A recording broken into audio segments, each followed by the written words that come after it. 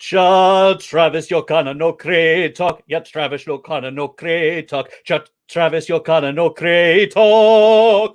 Cho Machbochoch du Bogach. Happy birthday, Travis.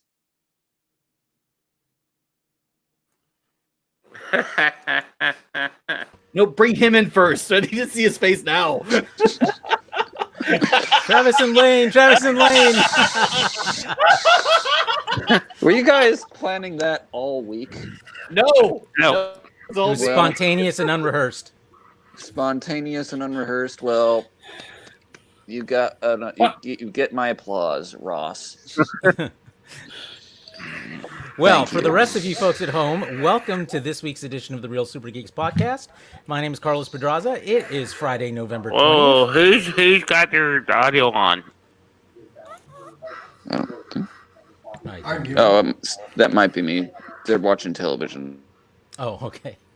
All right. So, welcome. We are going to be focusing tonight on our reviews of Star Trek Discovery and The Mandalorian episodes this week. And based on the stuff I keep telling my colleagues here to save for the show, I think we're going to have a lot to talk about. So hang tight. Let's start by introducing my stalwart companions, beginning with stalwart producer Justin Burton. Justin, how are you this week? I'm doing quite well. It's a pretty good week so far. Excellent. And you've already seen him and heard him speaking Klingon. We call him the Eyebrows of Doom, and that is Ross Bullock. Ross? Singing Klingon. It is a much more difficult task. Indeed, to an actual tune that's not Klingon opera. No, as Worf observed in the show, it is not a Klingon song because there really isn't a Klingon word for jolly. Indeed. He is not a merry man. And next, of course, is our recovering mascot Index from Star Trek Picard, but her actual name is Sun Seal. Sun, how are you this week? And I understand you have a surprise for us. Okay, so today is the Trans Day of Remembrance, and I'm going to remember this day how I want to, which is remembering how I wanted the Discovery refit. I want safety cages on the nacelles. Damn it! I want safety cages on the You got Bassard Tron collectors. instead. They're like three little diodes. It's not the diodes. It's the safety cages on top of them that I want. Yeah, I see that. Wow. It looks like, you know what that looks like? It looks like the air intake on a '78 Camaro with a 450 in it. That's what that looks like right there. I'm sure that's what they had in mind when they Vroom. when they redesigned the Enterprise for Phase 2. Okay, well, next on our list is Jason Kovalik, although he likes to be known by his nom de plume, Ensign Beard Facé. Jason, joining us from Salt Lake City, Utah. How are you doing this week? Cold. Oh, welcome to the West. You'll be okay. The Mountain West, indeed. And then last but not least, well, not last but not least yet, but next is birthday boy himself, plus Lane. You know him from I am not the birthday boy. Facebook's, yes, he's the birthday boy. Facebook's largest Star Trek group. He's one of the admins there. Travis Linton, happy birthday. And you're not in your usual environs of Colorado. Where are you this week? I am in Spokane, Washington. I'm 5 hours away from you, Carlos. I know. I could get on a bus and be there by morning. Uh-oh. Our bus is running and That'll be quite the awkward thing to say to Mom. Yeah, Mom, this is a dude I know on the internet and do geeky podcasts with. I knew that was your mom's house. Do you know how I knew that was your mom's house, Travis? Is it the plates? It's the plates. It's the place. Yeah. You'll notice when we did the show with Kowalski back last summer, I was at my mother-in-law's house, and you just knew based on my decor. Yeah. It's a very roomy house here. Very roomy. You'd think my mother was an alcoholic, but no, she just likes collecting weird bottles. Awesome. Well, we also have, by the way, our resident troublemaker, I guess is the best way to call him. And I know he appreciates that term. That's Sean P. O'Halloran. Sean, That's how the are you? nicest thing anyone's ever called him as a troublemaker. So I guess he would like that. It's so funny because I made a post today on Facebook. I shared this is the 11th anniversary of when Oh yeah, I remember that post. I commented on Yeah, it. you did. That's why I'm about to mention it. This is the 11th anniversary of me being laid off from the law firm I worked at because they lost their biggest client and they had to cut people. And I shared it and I said that it allowed me to. It was the best thing that ever happened because it allowed me to pursue what I truly excel at. And of course, Sun puts on that being a professional troll is what her Yep. comment was. That is true. That is true. And of course, we have to. Wrong. We do have to ask that age-old question, Sean, which is, are you wearing pants? Pants tonight, yes. But Wow. again, it doesn't mean that they're gonna stay on. That's true. Just like last week. That's right. Just don't tubin us. Just remember, Super Geeks pants are optional. That's right. Here's the thing. Tubin has come to have a whole new meaning, hasn't it? Oh my God. Yes, it does. Yes, it does. And what a sad thing for the guy's name to be Tubin and have this happen. Yeah. Because, wow. It's unfortunate. Well, shall we dive into, now that we've gotten past introductions, shall we dive into this week's show? We're going to be starting with our review segment of the week's Star Trek Discovery episode, which we like to call the Mycelial News Network. And tonight we are reviewing... You got it backwards again. Oh, damn it. Mycelial Network News, because of Wrong episode. What? That's next week's. There we There go. you go. This week, Good grief. episode 306. Remember, we're Scavengers. professionals, people. Yeah. This is going to be a great night. I can already tell. Oh, great night. And Yes, these people aren't even drunk. it's true. This is the way. Can you imagine? So, Yes, I can because I did this show with George back in the day. oh, that's true. We did. We've all. I'm downstairs. I'm right Never next to my liquor forget the cabinet. I can lost quickly become episode. drunk. Never forget the lost episode. I've already forgotten it for my own sanity. Okay, so this was the week in which the Discovery got an upgrade or a bunch of upgrades as it is integrating itself into the Starfleet of the future, and that we had three clear, distinct storylines this week: an A, a B, and a C plot that were easy to pick out. So the A plot, of course, is Burnham goes rogue to save Book, who's been captured and put into slave labor.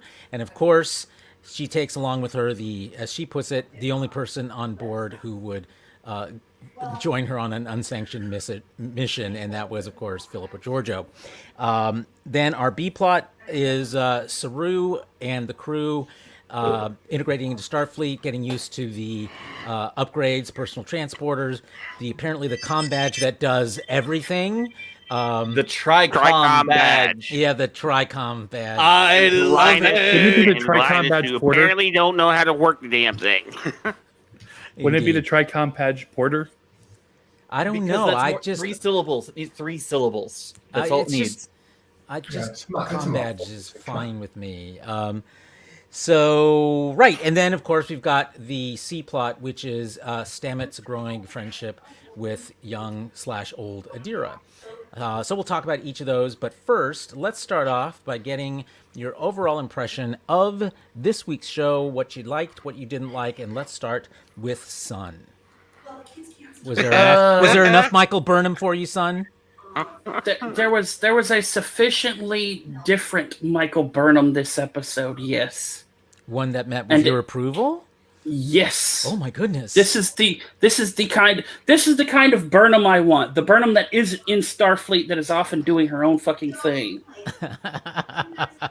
That's what I want. Because she's been bucking Starfleet the entire fucking time for 3 seasons. It looks like a robot's talking to me. It's so weird. Johnny Five. She wasn't bucking Starfleet last season. Really? We're all thinking about that now. Let's see. What was she really? What else do you want to add, son, about the episode? What I didn't like about this episode is something that Kent Walski actually brought up, and then Jason actually expounded upon in our chat, which was the whole just Saru going flat out, no, we already have our orders, instead of taking it to the admiral. And that I can't say that I know what would happen, but like at this point, it seems weird that Saru is talking about losing trust in Burnham again when he didn't have enough trust in her to at least take her option to the admiral. I didn't like that at all. Yeah, I think that will be interesting for us to discuss and speculate about after we do this first round robin. So let's move next to the birthday boy, Travis Linton and Lane.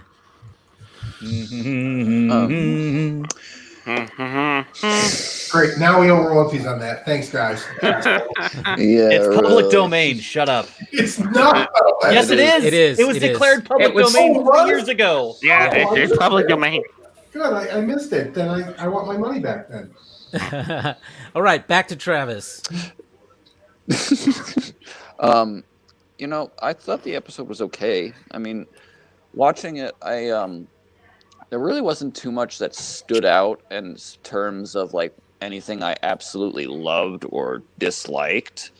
I did enjoy Philippa Georgiou's arc quite a bit. Her little adventure that she has with Michael, I thought was very, very fun to follow. And they would just like put on this little act, and then just like, all right, can you buy me some time? All right, servant, go do this.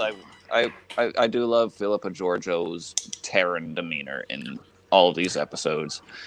That chimeric strain is working for you? Yes, the chimeric strain is working for me. And So you're I saying will say that you like the bad people, right, Travis? no. Forge ahead, Travis. What else did you want to say? I guess one thing that I found myself scratching my head at was at the beginning of the episode when they started to hint at Michael Burnham going rogue. I very much asked myself right then and there, like, okay, how many more times is she going to get away with this? Because it was starting to be a bit formulaic for me. This season has focused a lot on Michael Burnham trying to rediscover herself in Starfleet. I mean, the first and episode saying of the so season. as much as possible, right, Jason? And Yeah. Go ahead. Sorry, Travis. and Change. and I mean, like, it just, by the time she left, I was just thinking to myself, like how is this really acceptable behavior for a number one officer, the first officer? And so when the ending came and what was revealed, I was very much like, okay, like, I guess that answers that question. I'm curious to see where they go from here. But I need to go get my fidget toys. I'm having trouble speaking. Yes, go get your fidget spinner. While you do that, we will go next to the Eyebrows of Doom. Ross, how do you want to weigh in on this episode?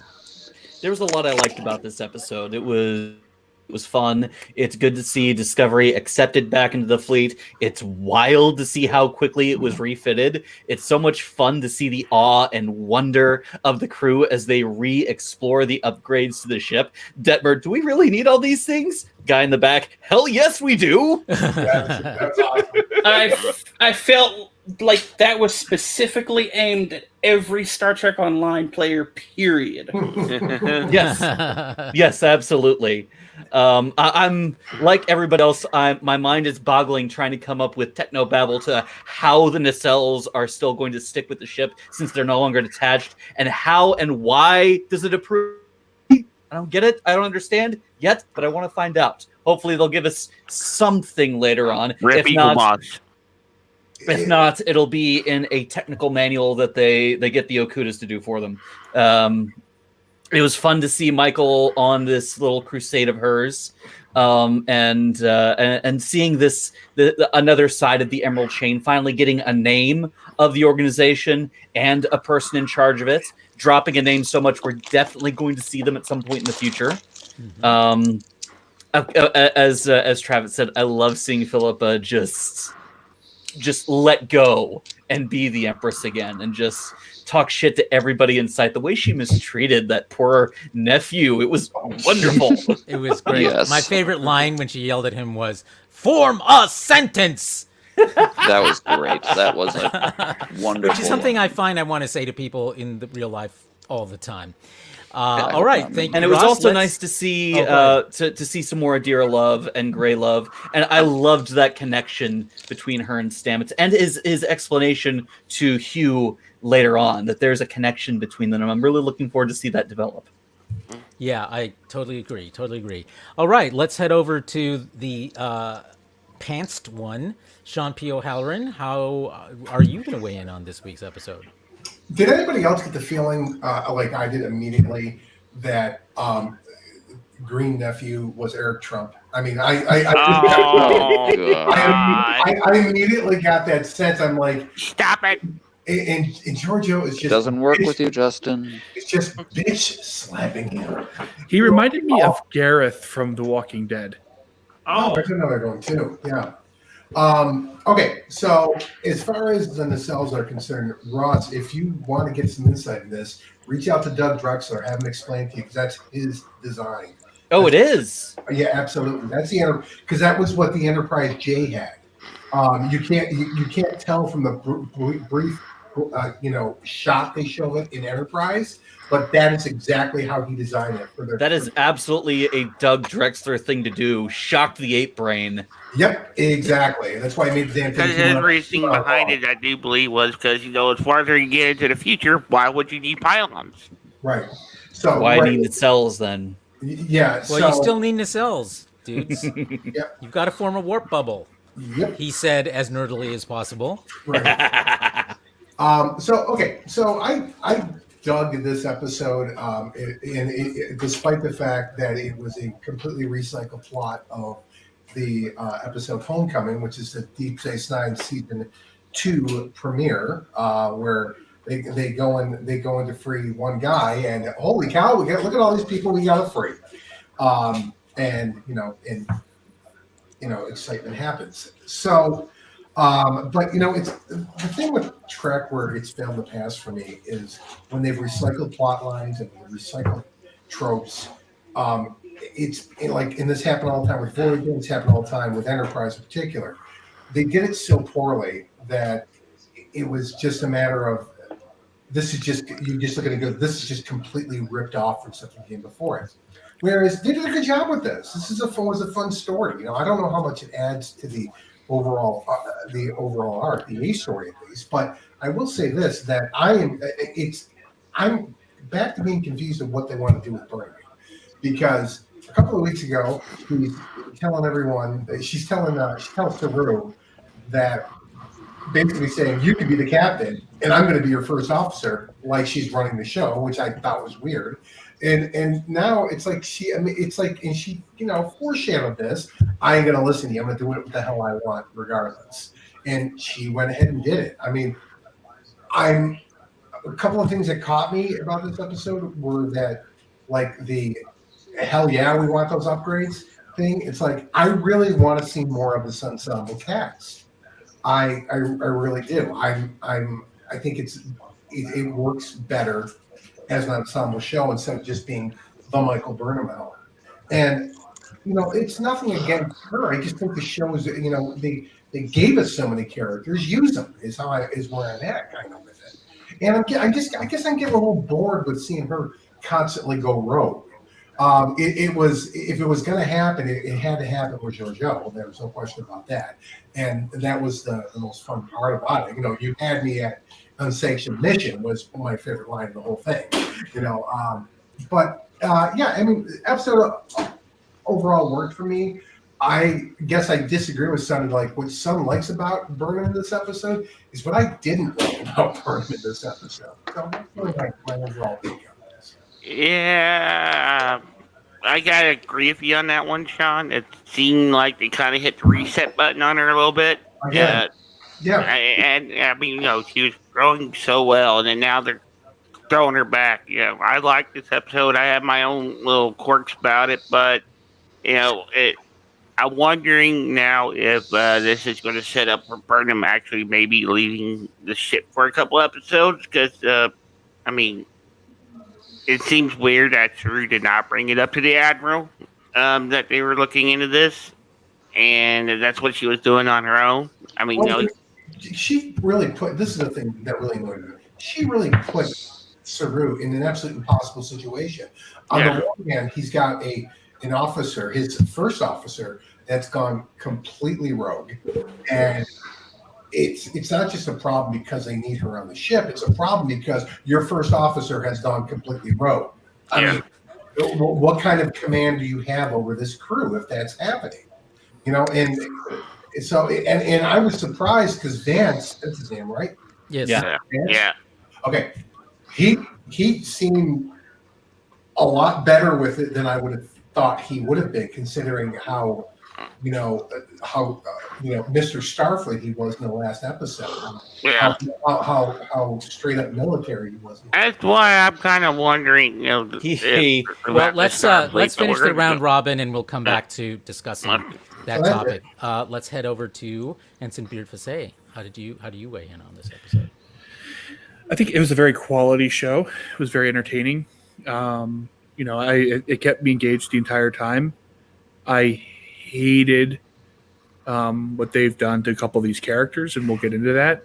But from a production aspect, I just didn't like the left turn that they took with Saru and Burnham. But the more I've thought about it since I've watched it, the more it really makes sense, and the more I really am coming down the idea that Saru is really a shitty captain.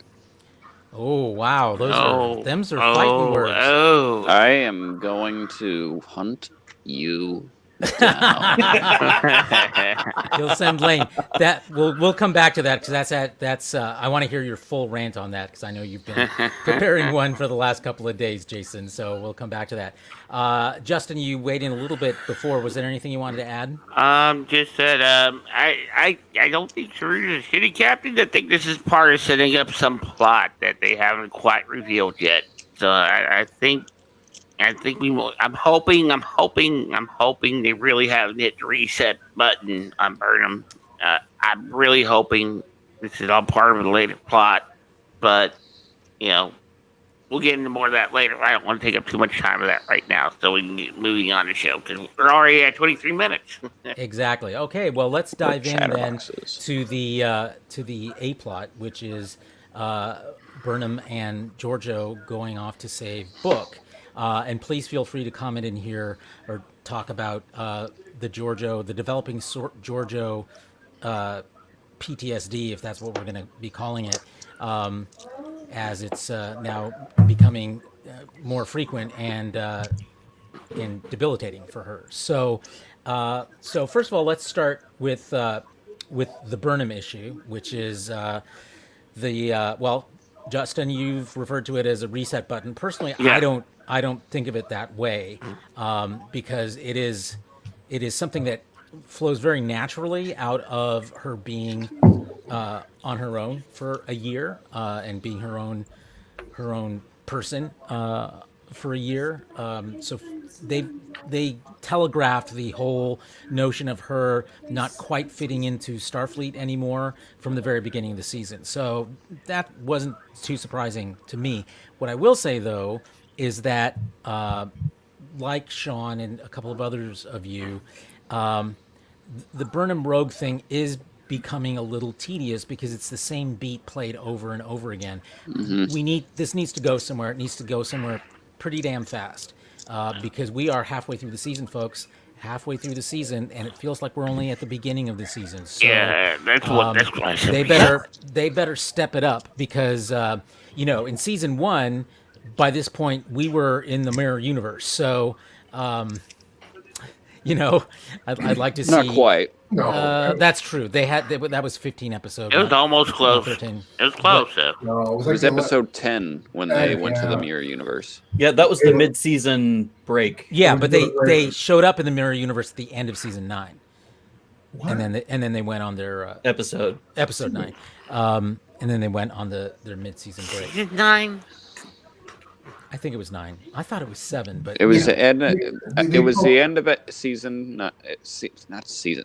Got me doing it now, Carlos. I'm a bad It was the end of- influence. it was the end of episode 9, and episode 10 was the very first full episode. With the mirror universe, right? Yes. Point being, of course, that they need to get this season moving. We've really learned no new thing. Well, up until what we learned in this episode, we've had a bunch of episodes of learning nothing really about the burn, and yet. I'm not sure that Burnham has really made the case for her statement to the Admiral that unless they find the cause of the burn, the Federation can never come back together again. And I'm not saying I disbelieve that, but I don't think she's made a case for it, certainly not to the Admiral. This is another That's- one of those. There are going to be 7 more lights in the writing. This is I know this what is you're another saying. case. Oh, right. This is another Right. case I know of exactly. Burnham having information she shouldn't have that she's expounding upon. Right. Well, like- it's her speculation, if anything, but Sean, go Yeah. ahead. well, yeah, I'm totally agreeing with Son. That's Oh, exactly okay. it. It's the Ross, exact were you going to same add thing. something? No, I was agreeing. with Oh, you. wow. Everyone agrees with Oh, you. wow. Even- Holy shit. Even the Admiral, though, seems to believe that, right? So they haven't made the case to Well, us. where's the evidence for it? Exactly. Right. They haven't made the Wait, case Luke. to us, but even the Admiral, like in the last episode where they talk about they are just basically treading water to stay, basically, kicking as hard as they can to stay above water. And that they understand that finding the cause of the burn is important for the Federation. So I don't think that, I don't think that, they haven't told that to us, what those reasons are to us yet. They need to. I agree with you, Carlos, but I don't think that. I think that's commonly accepted that everyone kind of thinks that realizes that understanding what happened is really important to putting the Federation back together. Ish. I mean, remember last episode, the Admiral was basically saying, there are more theories than I can count, and we don't have the time or the inclination to pursue any of them. Yeah, I mean, it's been 100 years. So you think you would have found out by now? Well, Well, or they're like the resigned Admiral to it, said. basically. That's Like what I mean, Admiral we're said, they've been in resigned. triage for all this Right. time. Yeah. Well, I don't know if anyone saw the preview for next week. Yeah. Yep. Yeah, they did something. I don't know. We'll hopefully get more to the story for next week, considering this little censor network that's going about. I mean, Well, we know that it looks like that there was an epicenter to the burn, which seemed to be centered in Federation space, and then spread outward. And something I saw on Twitter, Trek Core released that the location of Starfleet headquarters is somewhere in between Earth and Bajor. yeah, that's not surprising. 'Cause that's where Book was heading, was to the Bajoran Exchange. Right, a Bajoran exactly. exchange, not Yeah. Bajor itself. So, So we know they're in Alpha quadrants. Yeah, I figured that as well. Just not Earth. Okay, so other thoughts. This is probably as good a point as any, unless anyone wants to jump in talking about saying more about Burnham's development. To talk about- I think it was a step back. Is really what I want to say about this. I'm back to thinking they don't know what to do with her. character. I have a lot to say about Burnham in this episode, but I'm going to save it when I talk about Saru. Okay, which we're getting to is our second point. So let's talk about Giorgio first, because we're seeing an escalation in whatever it is that's befalling her, and we actually got to see some visuals this week. Which of you, admit it, please, freeze framed and watched each of the images that flashed before her when she zoned out? We wouldn't be geeks if we didn't do that, Carlos. Come on now. You know we all done that. We do it for I- shit. We do it for that. I guess I'm not a geek then. Yeah, full disclosure, I didn't do that. I was just paying attention. I didn't really need to because it was the same images twice, so or more than Yes. once. So And the name San, which she yelled out. So presumably the dead body that was who was Maybe a snoring? son? It sounds like someone's snoring. That sounds like Justin. Shouldn't be. Yeah. So Greg Kirkley's theorizing that Cronenberg's character, the security chief, did something to her that we didn't see. Yes, I agree. And you may recall last week I did not think much of that, but I have reassessed my position. Yeah, because it's on now that. suddenly started since right after that meeting. She said it's been going on for weeks. Yeah, she did Yeah, say but Well, we that's don't know how how long. long. Yeah, That's how long it's and been. how long did the refit take? Right, 3 exactly. weeks. We don't know. We don't know how 3 long weeks. it's been since that meeting, and 3 weeks. one at a time. Saru says in the beginning of the episode, it's been 3 weeks. I since highly they started doubt the it was refit. something that he did to her. This is more likely just a result of her understanding that everything that she knew in the mirror universe is gone. Her empire, her emotional connection to a foundation that was a part of her identity. She was the empire. And to know that it's gone has shook her to the core, but she can't show it because she's the motherfucking empress. She always will be. And like Burnham said towards the end, that a vulnerability is not a death sentence, but to her it is, and she bottles it up, and it's affecting her health in a way in a way that only something like that can. So it's PTSD. This isn't some nefarious kind of 4D chess 300 IQ bullshit. This is psychology. Yeah. I think he turned off his her Terran gene. Well, I don't think it's a gene; it's a strain. So Yeah. More likely, this is something that she has repressed for I'm a very, I'm very hoping long you're time. right, Ross. I'm hoping you're right because that makes more sense to me dramatically. I fear that it will be something that was done to her. Sean, go ahead. I was going to point this out. Did anyone notice that she was unable? What is going on? What am I hearing? It sounds like someone. That's literally Justin. Justin, are you breathing into the mic there, pal? Yeah, but I was muted. Yes. He was. No, muted. you're not. Yes, I am. Crazy. All right. Well, go ahead, Sean. Okay. So, did anyone notice that when she lost consciousness, it was the moment she tried to kill someone? That's what Wait, say that again. the moment she lost consciousness was the moment she was about to kill someone. She didn't kill anyone in that episode at all.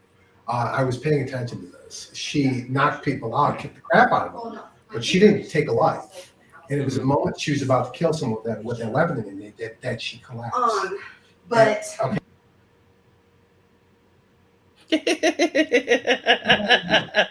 What the hell? I'm not- Press on, Sean. Okay, so that's what I picked up on is that it was like the moment that's when she completely fell apart. So something was clearly triggered in her, and I tend to go with Ross's theory on this, just based on the first few episodes of the show, and of course the Thanksgiving dinner episode, simply for the fact that everyone is suffering psychological trauma from all of this. Why would she be any different in suffering it in whatever way she can? And I also thought about this too, that not only has she crossed universes, but she's also traveled through time. Mm-hmm. That's gonna fuck you up. I mean, I can't imagine that. Yeah. That's Kirk's good. done it. Cross universe and travel through time. Yeah. Yeah, but okay, when did he do that? Oh, okay, I'm talking about and permanently stayed, crossed into the universe, and then time traveled within that universe is what I'm saying here. I've never heard of that, seen anybody do that on track before, except for the the crew of the Intrepid, and in the Enterprise in a Mirror Darkly episode. They're the only ones that did it. You mean the Defiant? Defiant, yeah. Sorry. And they died. But they all Yeah, they killed each didn't other, survive so- that. Yeah. So that's how Right. they dealt with their pain. Exactly. This is my point on this. Well, I like your theory, Sean, except that it would have required her to have almost killed a number of people in the past 3 weeks, and we don't have any indication of that, her having done so at Starfleet headquarters. No, I'm. Then we don't know what the state of the mirror Well, universe no, is in this timeline. She's zoned out several times in that, Yeah. or after her meeting with Cronenberg's character. Right. From that point on, she's killed no one. So, Well, that's true. That's true. and she didn't kill anyone in this episode. And like I said, when Well, she but though what it means though is there had to have been other triggers if she wasn't killing anybody. Yeah, No. excessive violence. what I'm saying, it was the moment she went to kill someone that she passed out. Is my point here. Except we know that she's done this before. Not passed out, not like that. We didn't. She hasn't done that. She's zoned out. Well, she didn't pass. She went out. unconscious. She was. No, her eyes were open. She was lights out. I mean, she was not with us at all. It was a little bit of both, depending on what shot they were filming in that scene. Right. Because at some points her eyes were closed and others they were open. Yep, and she completely collapsed and dropped the. So. Maybe she contracted COVID-88. I'm really hoping that we're going to get around with Giorgio through this. Get some insight into her past, what made her the Empress, what makes her such a badass, what trauma has driven her to be such a very hard and heartless individual. I was hoping, I mentioned this last week, and I was hoping this was going to be the episode, because we'd even discussed this, that it's going to need to be a Burnham and Giorgio tag team mission where deepest, darkest secrets are going to be revealed, and it didn't happen. So I was like a little disappointed with that. Well, It started to happen. I mean, Burnham called her on it. What? Put up what Greg said in Facebook. Put up what Greg said in Facebook. Too close to home. Oh, well put, Greg. Too close. Well put. Too close to home. Well, you got. We got a candle ghost out of that. You almost had me saying it. All right. Yes, Ross. This week, I think you're on the money with a lot of your theories, and I hope you're right. Me too. I think that the end game for Giorgio is something they're definitely teasing us with. I hope they execute it well. I hope they land that maneuver pretty well. Okay, anything else you guys want to talk about in terms of the planet, the rescue, the Orion Syndicate, etc.? I loved all the little Easter eggs in the salvage all over the place. Yes, we saw those combat were fun.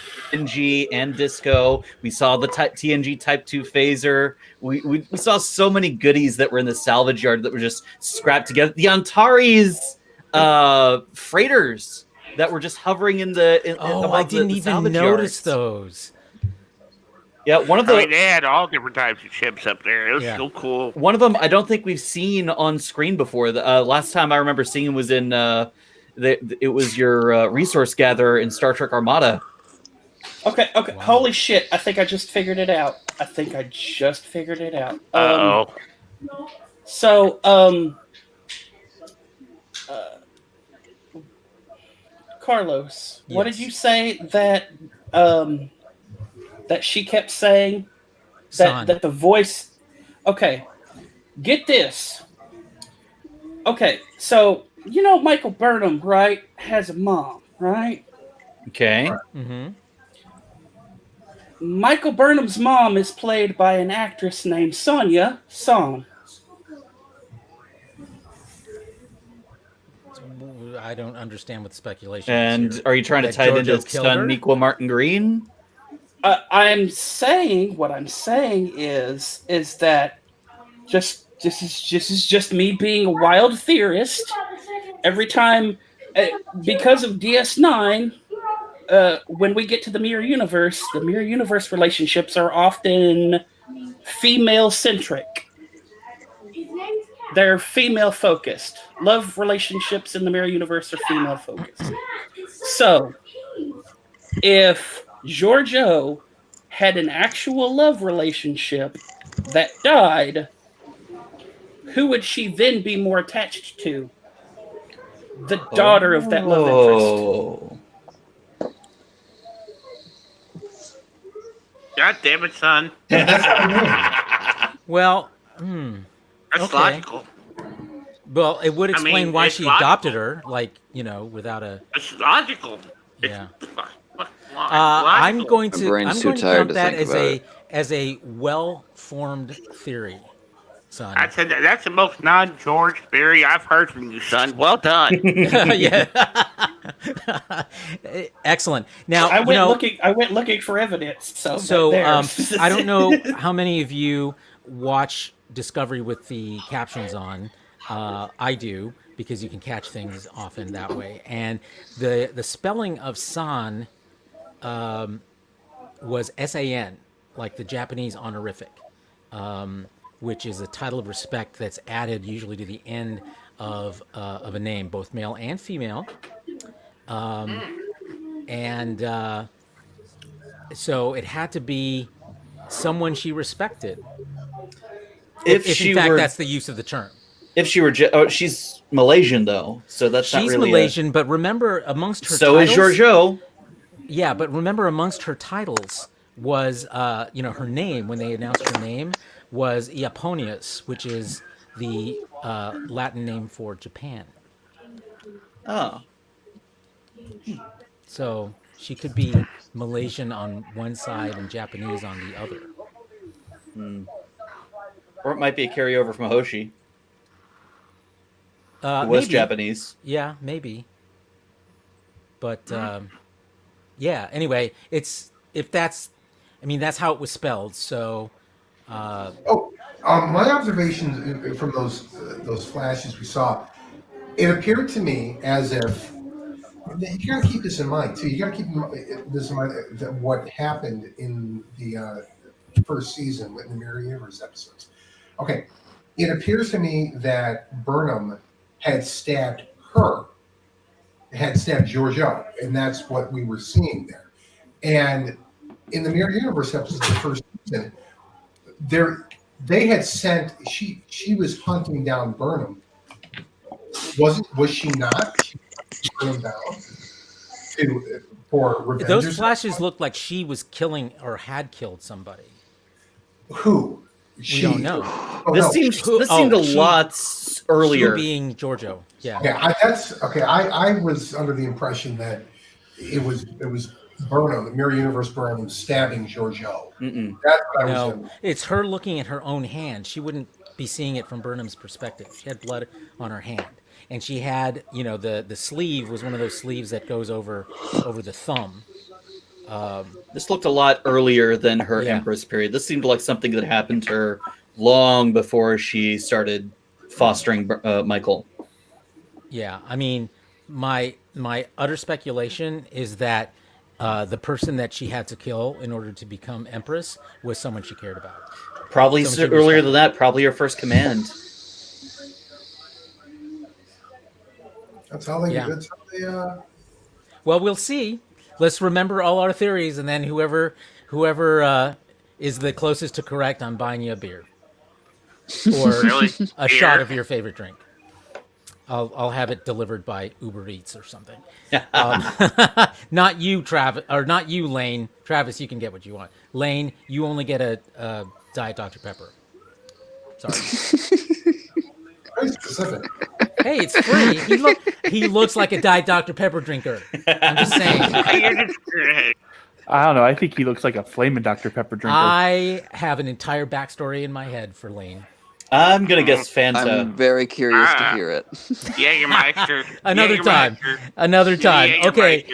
All right, let's move to the B plot, because this is the one where I finally get to hear Jason's rants. So this is Saru, the crew, Starfleet, everyone, getting acclimated to their new situation. in Starfleet, and of course, Saru's being sort of the most precarious as captain. So, do you want to start us off with your rants, Jason? Oh boy. Sure. So my rant starts back All in hands season brace one. for impact. Season 1, episode 3. Saru flat out tells Michael Burnham he's never going to trust her again. For good or no cause. For good cause, obviously. But basically, throughout season 1, season 2, and season 3, we see that nothing Michael Burnham has ever done, and she's done a lot, has ever regained his trust. He doesn't have any faith in her that her precociousness is for the best interest of everybody. He thinks her precociousness is driven by her own selfishness and things of that nature. And I'm going to lay out this case here because we see that with the tardigrade. We see that with, the episode where she, where she goes off and he's like, well, you can't do that again. And then we see it here. Putting someone as your first officer that you don't trust is a sign of a horrible, horrible leader. He's only using her because he knows she's capable, but he doesn't trust her or her judgment or her thoughts or what she thinks is important. And what reinforces that for me is the fact that he didn't take the issue with Book to the Admiral and say, hey, which he was dressed down for. Right. We have this connection and he's in trouble and he may have information to help us figure out the burn. We have his ship. Let's send Michael and Giorgio to find it, to figure it out. This is all because Saru does not have the trust in Burnham to stand up and say, this is what I think we need to do. And it makes him an extremely poor captain. Kirk would have done it, would have gone to the Admiral. Picard would have gone to the Admiral. Sisko would have gone to the Admiral. Janeway would have gone to the Admiral. Archer would have gone to the Admiral with this information. Saru didn't. Okay, first Janeway of all, would have done it anyway. and Kirk might have done it anyway as well. But I agree with you that they would have gone to the Admiral and Saru didn't. But all of those officers that you mentioned were all experienced captains by the time we get to know them. And Saru literally has just become captain. He's still, it was only in season 1 that he was looking up other captains so he could emulate them instead of being one of his own. I think Saru is an inspirational leader. I think that the crew both loves and trusts him. I think he was great under pressure in a time of war. What he's being challenged with is being a leader in a time that's not war, in a time where, chain of command and leadership are things you have to weigh in deciding how to move forward on any given thing. So I'm not disagreeing with you in terms of him, that he should have gone to the Admiral, that he should have, given Burnham the room to, or at least tried to give her the room to, fulfill what she sees as her obligation to Book and to the information she needs that she believes will save the Federation. And even the Admiral says that. He says the intel you brought us may have been worth it, and that's why you should have told me. So Saru is, plus Saru is also trying to prove himself, never having gone through the chain of command or the experience in this century, like every other captain who was sitting at that round table, like every other captain we know of from every other Star Trek episode. All of them gained respect from the Admiralty and from other captains and from junior officers as a result of a history that they built. Saru has none of that. Well, not only that. And go ahead, Russ. Go ahead. Sorry. Another thing that a lot of those other captains have is experience with the commanders that they're working under, the admirals that they're working under. Mm-hmm. In TNG and DS9, we had Nechayev and Admiral Ross. In TOS, we Commodore Nagura, Mendez. Commodore Mendez, Admiral Nagura in the movies, and Voyager didn't really have to worry about admirals way out Although Tom Paris's father, what's his name? Yeah, eventually. Admiral Paris. Owen Paris. There were there were missions handed out later on, of course, and of course in Enterprise as well. Saru is still learning how the Starfleet CNC operates. He doesn't have the wisdom to anticipate what he would want, so he's working on gut instincts. And at that time, he was operating under Starfleet has bigger things to worry about. Discovery has bigger things to worry about. But again, the reason it wasn't important to him was because of his lack of trust in Burnham. Not necessarily. It totally is. It could be that he was working on the assumption that he got from the Admiral earlier. Their priority is putting out the brush fires they're dealing with right then, and he's working on that priority, that directive, to make his decisions. Yeah, Saru is definitely trying to fit in. And you see that he's overeager in that meeting with the other captains, and the Admiral has to tamp that down. Yeah, he looks thirsty. Yes, he has something to prove. He's a Starfleet. He wants to do something. He's a Starfleet command simp, is what he is. Oh Jesus! You kids, but those and your things, words. but these things are just reinforcing my belief that he really isn't a good captain. He's an inexperienced captain. And by the way, I hope you all take note that during the meeting with Drew and the other captains, they made sure to point that Discovery was a pre-burn starship that was taking care of Federation worlds in deep space. Yes, indeed. They did and not also, mention anything about the time jump. So and also, I don't necessarily want to leave the topic we're on, but I want to raise it just so you guys can hold me to account that we cover this later. The new designation or redesignation of Discovery as 1031A.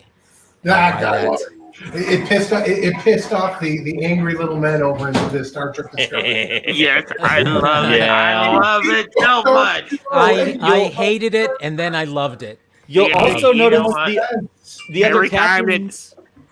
Go ahead, Ross. Then Justin. Every time that they do a alpha designation after the rescue number, now I am going to laugh because I know it pisses off so many people. The Discovery was officially designated as destroyed in battle. Bingo. So it has to be the A. Well, and time travel is outlawed forward and back there. I do have some very serious questions now about how the Discovery A fits in with the Discovery that we see in Calypso. That is a good question. Oh, that is a good question. That is a very good question. Yeah, I've heard this. One last thing I want to point out. Yeah, go ahead, Ross. The side eye that all the captains were giving Saru every time he spoke up. Mm-hmm. Yeah, he's definitely the new kid on the block, and nobody really trusts him quite yet. And he's also sort of like the teacher's pet right now with Admiral Vance. Until he mentioned the rapid responder, and everybody's like, "What?" Well, part of it was how can we have a rapid responder after the burn, and the other part was this guy just walked through the door yesterday. But I think that adds to the kind of pressure that made Saru make the decisions that he made.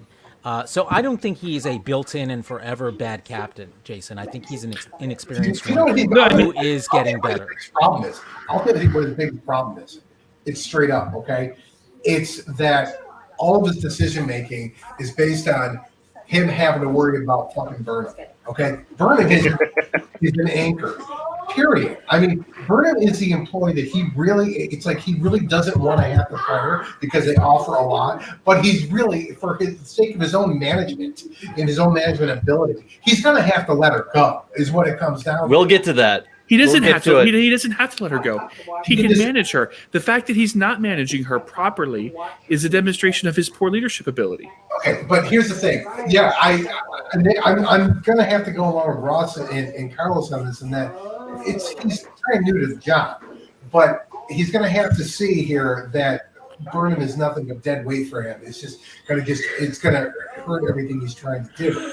Now, it comes to. I'm going to go back to this point where Burnham told him he could be captain, and she declared herself first officer. I mean, come on, right then and there. I mean, he'd already asked her at that point. He already said, "I intended to ask you to be my first officer." When she said that. Yeah, well, not in that scene. She just presumed. Well, because they both knew they had already made a previous arrangement that they would talk about the captaincy once they survived the wormhole. So But that was a year later. That was a whole fucking for year her, it was a year later. Exactly. For him, it was a few minutes. But for her, why is she presuming anything after a year later for her? Well, she didn't though. Remember, she's changed. Well, she has. Yes, we know. She told us so many times. It's been a year. Oh, did you think? No. Yeah. Sorry, Okay, but the Ready point, to move on. Ready to move on. Yeah. Yes. Can we talk about how Tilly's going to become the first officer now? It's Well, not you know going to be what? Tilly. It's not. Gonna No, be it needs to be Nilsson or Jet Reno. It needs to be fucking Linus. No, it's going to be Here- Nilsson. Nilsson's Yeah. Nilsson's who he always has been giving the con to since the beginning of the season. That's Tilly a good has point. become so much she says what we're all thinking / heart of the crew person. She's still learning how to, like, I did notice that Tilly, was commanding people, do this, do that. And she's only an ensign, which I see her getting promoted. Yeah. I see her getting promoted. Yeah, I don't maybe see her going in becoming Nielsen's spot first and officer. Nielsen becoming first officer, or going to the science officer spot. Because I think Burnham See, might be leading the ship for a bit. Here's the weird thing. This is the weird thing for me. Everything that they've turned Tilly into is what I wanted Burnham to be. And Burnham is not that. Which makes me hate Burnham as a character. Yeah, No, but I mean- Burnham is in a lot of ways the MacGuffin of the show. Say more about that. Say more about that, Jason. She's the device that forwards the story. Whether it's through her rogueness or her emotionality, like she is the device that is used, that the writers use to push forward the narrative. It's just a person, it's a character, not a. And I think this is why a lot of people call her a Mary Sue. Mary Sue, is that she just tends to be the thing that pushes the story forward. And I guess that's why a lot of people dislike her. And I guess I think there are bigger reasons for that, but that's still a good observation. I think that one of the troubling aspects about the premise of this show is I don't think they know yet where they want to take Burnham because they keep going back to the way that she was. She has this pesky ability to make bad decisions in terms of chain of command stuff, but being right, That's a very Star Trek-y thing, actually. Yes, it is. And They're trying to make swear, her like the I said female. this Trying to make her the last female Kirk. remember go ahead, remember son. I swear, like I think it wasn't even on the show. I think I was talking to Justin after the show, and I said that exact same thing, Carlos. Mm-hmm. It pisses me off so fucking much how she constantly makes these bad decisions, yet they're always the right ones at the exact same time. Well, She's fucking Wesley Crusher. Oh my god, no, what is happening? no, Kirk, it's not, Kirk. and I It's a wouldn't female Kirk. I wouldn't characterize it that way. What I Female think Kirk. is she is making the right decision in the sense of she's right about what she's making the decision about. What she's wrong about is the manner in which she's doing it. Just like And- Kirk. Well, yeah, but Kirk was a whole different era, You know what she Oh, hold on. But she's from that era. Kirk was- yeah, Kirk but was she's from the same literally- area. Kirk was literally after her. After, exactly. 10 years after. She reminds me of. She reminds me of. What's her face from Best of Both Worlds? Lieutenant Commander. Commander Shelby. Shelby. Oh, Shelby. Shelby. That's Yeah, but Oh, I love Shelby Shelby. was actually likable. And ambitious. Okay, so here's Nakedly. the thing. This is what's, as much as I love this season so far, and I think it's the best of the three so far entirely. The problem is they still have not figured out their main character, and that is very problematic for the show. It's like they really don't know which way they want to take her in, still, and I find that troubling. Well, I I'm think- going to offer a theory, and then we'll wrap up this part about the. I agree with you, Greg. I agree, and that's why they shouldn't. I think they should focus more on the ensemble cast. I Well, 100% agree. But from the very beginning, they said this show was about Michael Burnham. I know, Yes. but that's the problem. They've set this already up as the Michael Burnham show, but the problem is that they still haven't figured out Michael Burnham at all. Well, No, they yeah, have. but the ensemble thing is I a separate can't. issue, though. I mean, you're conflating two separate issues. I Because can't help but because it is. find. Oh, We've Go ahead, Travis. I was just gonna say I can't help but find comments like, "Oh, it's the Michael Burnham show," or "It's not Star Trek Burnham, it's Discovery." I can't help but find that just a little bit derogatory towards the show. Honestly, like No, I find Star Trek Discovery as a like. I get that people want to see more of the ensemble, and the ensemble is a very interesting crew. They have a lot of potential. And I mean, like, I get that people want to see more from them, but I mean, I very much feel like this show is trying to be something a bit different. And I am very much, like, call me a little bit stubborn, but I am trying to give the show its proper time to give Burnham the proper time to develop into a character that can carry the show. Do I believe it's doing a good job at the moment?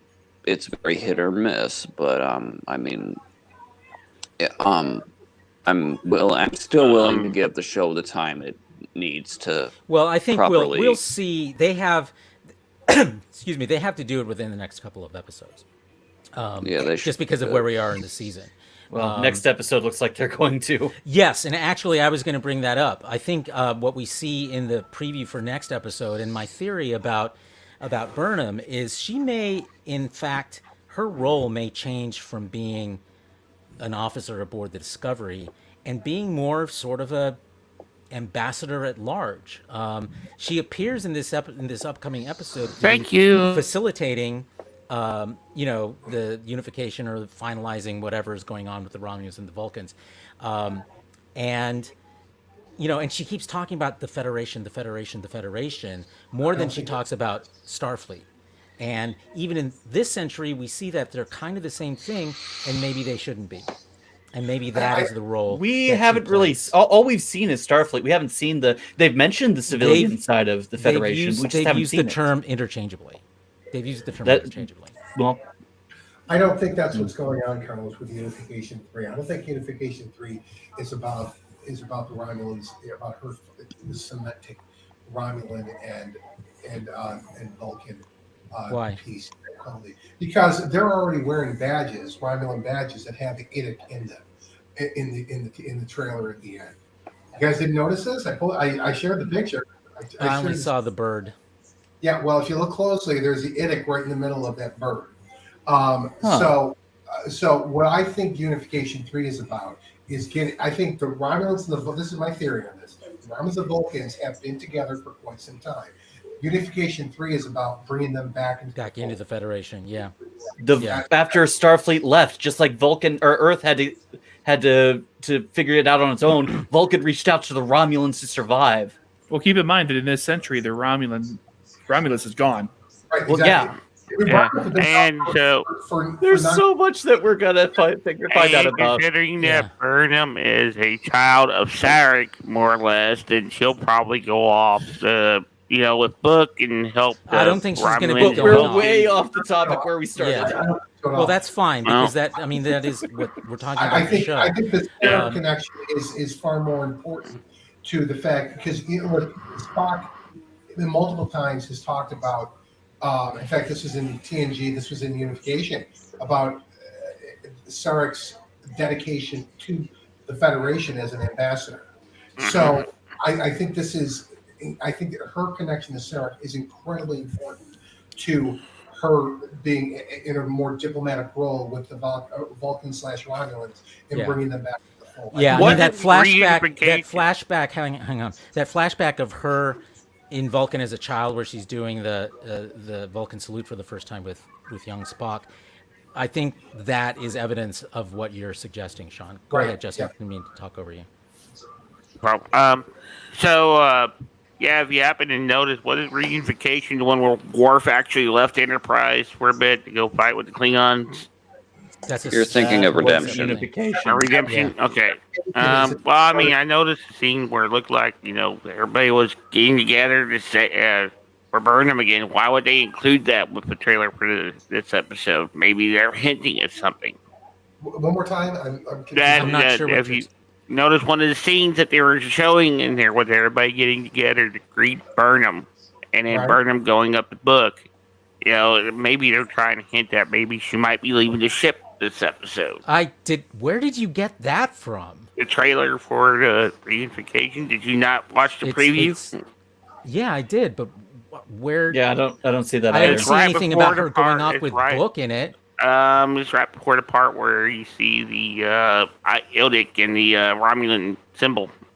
She was taking part in the ceremonies going on for the trailer. Yeah, and then you see her walking up towards book.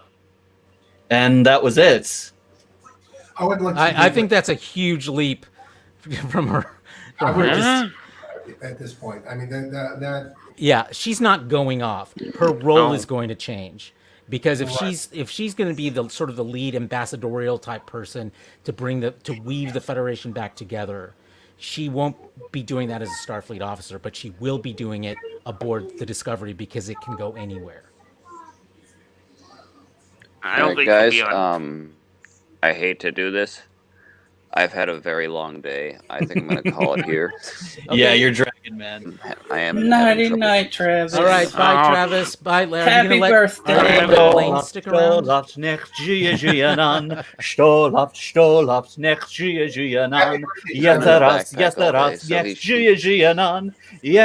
Gianan, Travis. There you go. That was Polish happy birthday. Tired to say stop. Oh, wow. Well, thank you, Ross. You guys. We gotta have to stop it, so that's okay. All right. Thanks for joining us, Travis and Lane. I will be much more energized next week. No problem. We'll see you then. When I'm not okay, up at let's 4 in the wrap up. morning waiting for a plane. Okay, let's wrap up this bit and talk Take it easy, guys. little bit about Stamets and Adira and what we think we're going to see there. Before we move on, the point has been made that her role is going to change. Yes. Does this mean that Michael Burnham has now become Neelix? No, Michael Burnham is going to become Sarek. She's going to learn. Yes, she's but only going to learn yeah, about but only what for Spock did. He became an ambassador. but only for the Vulcans. What? If she's going to turn into a diplomat that starts weaving the Federation together, she's not going to be Sarek for the rest of the Federation. She's just going to be it for the Vulcans. We don't know that. No, I'm talking about her for the Federation. I'm just saying. I'm not saying she's going to be the ambassador for Vulcan. I'm saying she's going to be like Sarek in the sense that he was a peacemaker who crossed across worlds to weave them together to help keep them together, and I think that's what she's going to do too. She will be the Federation liaison for this particular mission, is what I think it comes down to. About right? What do you think? Yeah, I think something like that. I think so. Hey, I'd like to, if I could share my screen right now. I want to show you the what I've got here. I want to show you that screen capture where you can see the. Yeah, please do. I'm glad you have that handy. All right, hold on. Let me find it here. Because I noticed there was a Vulcan. There was that one Vulcan woman who was standing. Was it next to Saru? I'm gonna make this here. And she did not have one of those pins on. Okay, hold on one second. Okay, let me pull it up. And okay, while you find it, let's talk about Stamets and Adira. I've got it. I've just got to do the screen sharing thing right. It didn't like screen sharing from. Sometimes a family can be a gay mushroom man, his gay zombie husband, a non-binary worm child, and their trans ghost worm boyfriend. There you go. There you go. Am I sharing? No. Hold on. You're sharing now. Oh, okay. Okay, now you notice that in the center that you've got a circle and a triangle and a little round. Can you zoom in? So there you go. And by the way, can you zoom in? That it was really low res what I had. I did zoom in. That's the thing. Oh. Hold on, let me try again. Except, it looks like the triangle of the Idic is at pointing straight up, which it never does. It points at But an angle. that would look like shit if they did that in the if they pointed cockeyed. I don't know, dude. It could be, but I'm not sure that's what it is. If you rotated that whole thing to the I'm 45 rotating my head degrees, to look at it. if you rotate 45 I degrees, don't- I don't know. It kind of looks like there's a sword through the whole badge. It kind of does. It looks more It's like the a mirror sword. universe Romulans. Yeah. don't take this away from me. Yeah, Yes. I don't see it for sure. I mean, I could be wrong, but I don't think that's a high res enough photo for us to be able to. Hopefully, come to that we'll get a conclusion. better picture of it before next week. We always do for this type of thing. Somebody will share it. Yeah, I mean they'll definitely do that. I mean they always release like 15 photos or so from the episode a couple of days before. So yeah, hopefully they'll do it again. Okay, finally, Stamets, Adira. Did that work for anybody? It's there. I think it was adorable. Yeah. Mm-hmm. I think it was absolutely adorable. There's an interesting connection between the two of them. As he elaborated with Hugh later on, that they have a similar experience. They both love someone who died and is kind of back. And what's going on with Adira is very similar to, albeit in a much more positive way, the episode where Ezri had to revive Jorand to help with her murder investigation, except that she doesn't know why he's there. But it seems to be quite similar. So, and it's an interesting aspect of her character, how she's constantly going to be talking to someone on the side. But it makes things interesting, I think. Yeah. I my favorite part was how eagerly Stamets just like accepted the this other body being present without being present. Yeah. It's like any other time I'd probably call you crazy, but my husband died and came back as a mushroom man. So I kind of look. If you say that they're there, I'm just going to believe you, because God knows what happens on this ship. Yeah, really. Yeah, exactly. I hope that this becomes a big Star Trek friendship, like we've seen in other series, because they're different enough and similar enough that I think it makes for a good friendship to see evolve and grow into something very loyal. So Can we get holodecks of them fighting the Battle of Britain together? I was thinking more of them doing like a 007 remake, because she's good with all the gadgets and stuff. It's a Caecilian opera. Okay. I didn't like Caecilian opera. All right, let's. Well, only Hugh really likes Caecilian opera. Stamets hates it, Yeah, that's right. but All right, he'll go to it because he loves him. Let's go round robin our ratings for this week's episode, and then we'll move on to our next topic. So why don't we start this week with Ensign Beard Fossé? I'm going to give it a 7.5. Okay. And again, I liked the episode. You like the quality episode, but you episode. hate Saru. No badges this week. They're upstairs in my office. So. I just it's like The Last Jedi for me, where I think it's a good quality episode. It's well written, well directed, visuals are stunning, and all that stuff. I just didn't like where they took the story. Where they took the characters. Yeah, where they took the characters. Yeah. Okay. Ross, how about you? 7 out of 10 hungry baby Yodas. I'm giving this 4 out of 5 paintbrushes. Okay. That'd be an 8 on a 10-point scale. Yeah, there was a lot of good in this episode. There was very little that I didn't like. There was some things that I would have liked to see more of, and Burnham got off way too easy. She lost her job. Demoted? You think being demoted? No, she wasn't demoted. She lost her position. Well, she was removed from position as XO. She's still the science officer. She should have been bumped down to lieutenant commander. Paris got it for less. That's his discretion. I think. I know it's his discretion, yeah, and he went I mean, too soft on her because he blames himself. He should blame himself. He was a horrible leader. Well, He's there not you a go. horrible leader. Okay, so 4 out of 5 paintbrushes from you. Sean, you look like you're gonna busted a gasket. So go I'm ahead. disagreeing with Ross. I agree with everything he said. Yeah, Everything Ross he has said. been. I think you've been, dead on about so many things tonight, Ross. You're on a roll. I hope you're right. I'm going to give this 4. It's my Panther spirit animal back here. Greg agrees with you 100%. They But should have demoted Paris her even more. I also blatantly broke orders. Like Paris, Janeway said, "Don't do that," and Paris did it.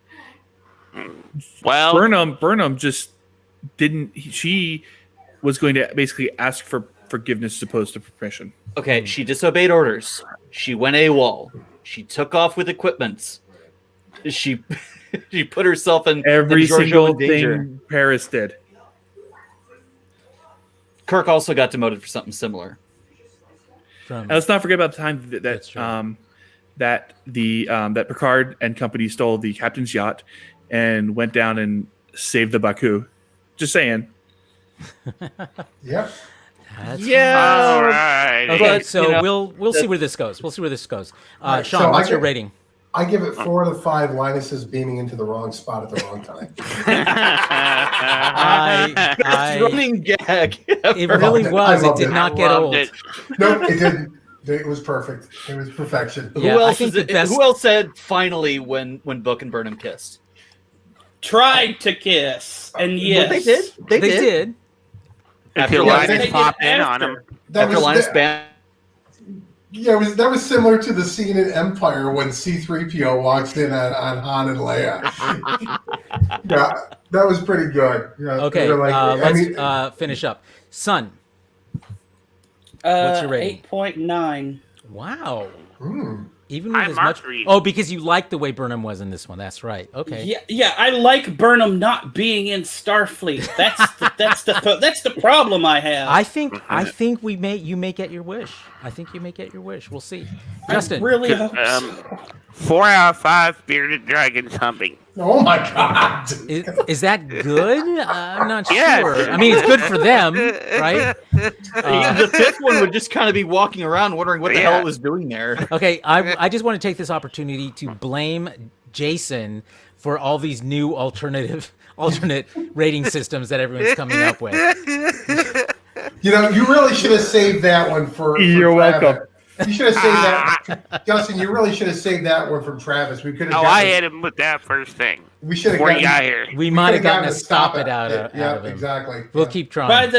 By the end of all of this, I will still be the contrarian because I'll be the only one using the 10-point system. No, I'm sticking with it too, son. You and me. Okay, well, here's the thing. It's like, It's in here. I want to point something out. I didn't do what Jason did. I had loads of problems with the way they took the story. Okay, with the direction they took it in. But for me, that's not enough. Just because I don't like what they did with the story, it doesn't mean it wasn't a good episode. It was still a good episode. I didn't take anything off for that. So that's just how I rated it.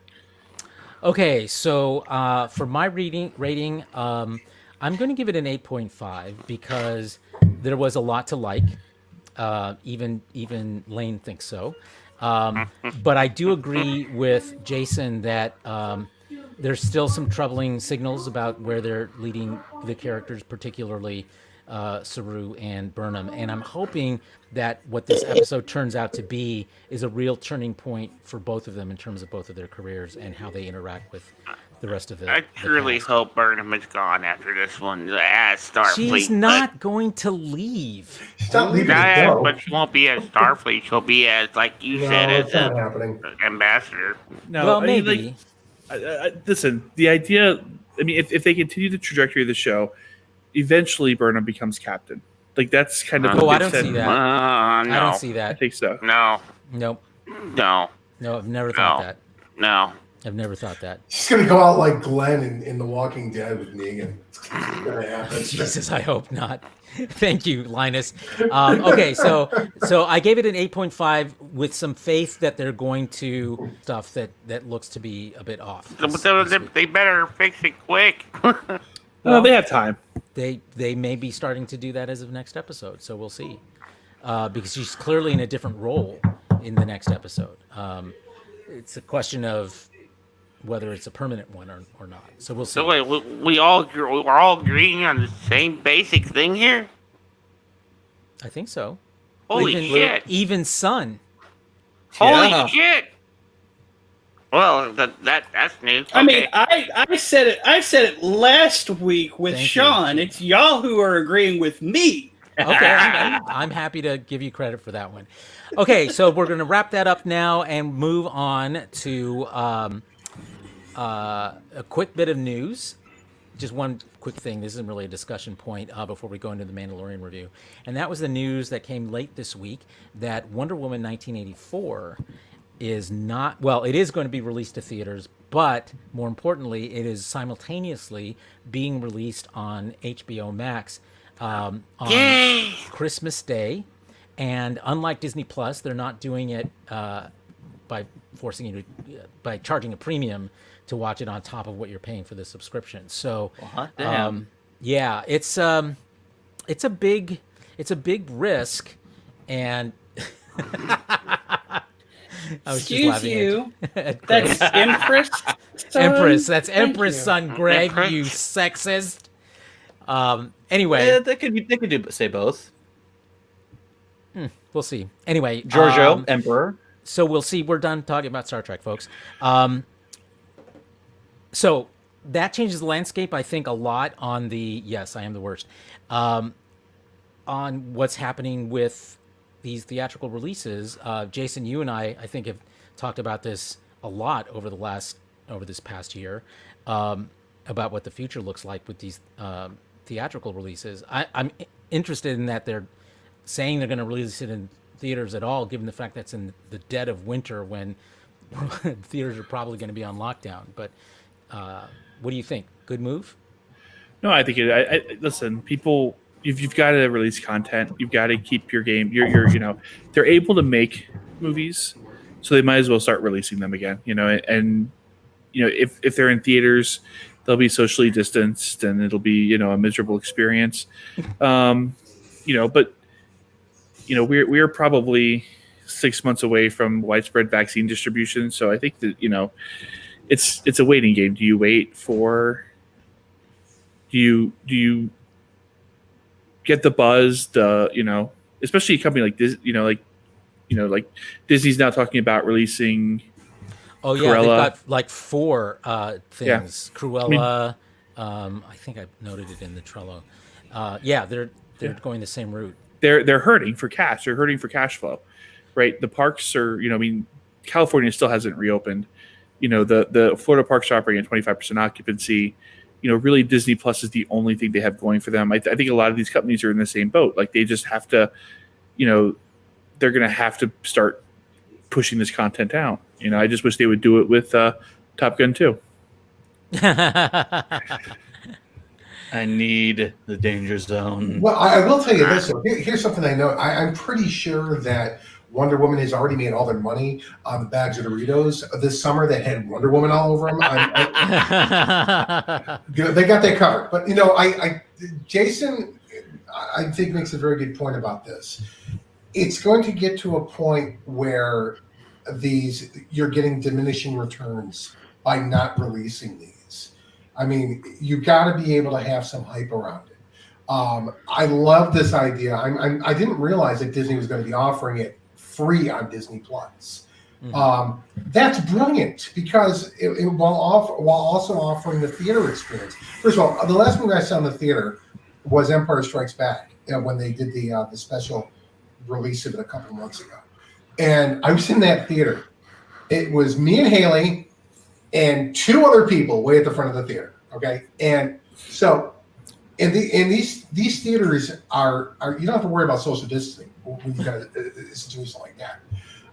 But they're suffering, and it does get to a point where, in order for the industry to stay alive, they've got to keep going at least to some extent, at least to hold their head above water here. They can't just shut it down completely. So I think this is good all the way around, and it gives people, it's going to boost Disney's subscription rate through the roof. Well, more importantly, it's going to boost HBO Max's subscription rate. I'm sorry, HBO. Oh, that's what I meant. Okay. I meant HBO Max, right? Yeah. But if Disney, I was getting ahead of myself here. If Disney starts doing the same thing with their tentpoles, then this is win-win for these companies. It's like you're going to see in a pandemic, their stock shooting up because of their great fourth quarter and first quarter earnings. Yeah. Because it appears to be tentpoles. Pinocchio, Cruella. There was two more that I'm not thinking of off the top of my head, but they're announcing that they're coming. I really want to see Black Widow more than I want to see Wonder Woman. I got to be completely honest. I think Black Widow looks great. They're holding on to that till 2021, though. Yeah. I know. Slackers. Okay. All right. So just want to talk about that briefly. Get HBO Max, folks, if you want to see Wonder Woman, or you can go to a theater and social distance. And I'm not sure who told me this. Was it Jason? Did you tell me this? That HBO Max is finally available on Amazon Fire TV? No, I think it was. But yeah, I saw that. It was in another chat we were both in. Okay. Was it Ronald that told us? Maybe Ron that told us. Ron Chapman. Yeah. So, it's finally. I mean, I don't know if people realize this, but it was HBO Max since its launch has not been on Amazon Fire TV. Yeah, that's true. So, I mean, that whole market was just gone for it. So. Yeah, my daughter's mom has one of those Fire TV sticks, and she was finally able to get the HBO Max app downloaded onto it, so she was quite happy. Okay, we're going to move on, folks, because we're running out of time. And The Mandalorian is our second tentpole for this episode of the podcast. So, strong one. So this episode of The Mandalorian, Chapter 12, fourth episode of Season 2, reunites Mando with two of our favorite characters from last season, 2.5 if you count the blue guy. Back on Navarro. The blue guy. Wasn't that the guy from the first episode of the Orville? Yes. Yeah. Oh, of Orville? Oh, I don't know. I thought you were saying... Nice try. Ouch. Oh, yeah. They really should have got Pablo to play that guy. Okay, so let's start off with our general reactions. What did you like? What did you hate? Let's start with Ross. Holy crap. I liked this episode a lot better than I thought I did, especially with the that last scene reveal. Holy shit. So always happy to see Cara Dune. She is my favorite character in this whole show so far until Ahsoka shows up, and then she will be. I was disappointed that I didn't get to see Ahsoka right away, which is before. I'm eager. I'm excited. I want to see my girl. I gotta see my girl. The assault on the Imperial base was a lot of fun. It was cool to see Baby Yoda interacting with other kids and stealing the cookies, stealing their blue Oreos. Yeah.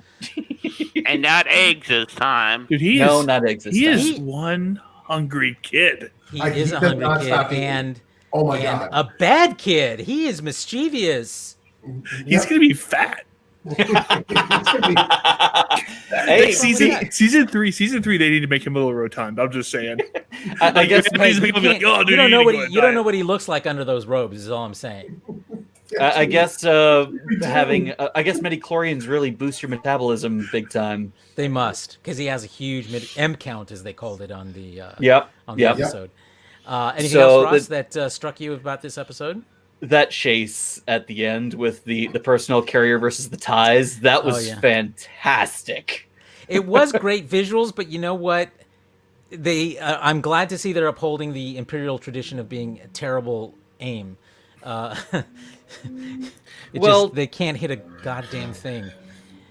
I mean, once they got out of that canyon and they were in the open, there's no reason why those TIE fighters shouldn't have hit that. Well, it's a good thing the Razor Crest showed up when it did. Yes, and I did have a problem with that too. Justin, let's go over to you. Okay. Well, is it me or does it seem like they went backwards we've seen all the planets he visited in season 1. It's like they're going in reverse this season. It's going backward. Like, we got the planet where Cara Dune and Carl Weathers is on. They were at Tatooine. Well, it's the just same for that. planet, but it's also a very different planet, isn't it? Yeah, It's it been is. cleaned up. Where is the marshal? The scum and villainy has been removed. Right. And this was also Carl Weathers' first director debut, I do believe, for The Mandalorian. I didn't know it was his debut, but I knew he directed it. Absolutely. In fact, Yeah. Oh, I right. just- That's right. For The Mandalorian, it is. I was waiting for a beach montage with him and Sylvester Stallone. We didn't get that. It was kind of Anything that you didn't like about this episode, Justin? No, other than going back to a place where he's already been, felt like kind of going in circles. But other than that, yeah, I'd love to see the clone trooper reveal at the end there. I That wonder. wasn't clone troopers. Those were dark troopers. Dark troopers? Those are dark troopers? Oh, Dark shit. troopers. Okay, Yeah, well, they're- Forces, dark troopers. For those of us not familiar with this aspect of the legends, you're going to have to explain that to me. Once we do our round robin, we'll get through that. Okay.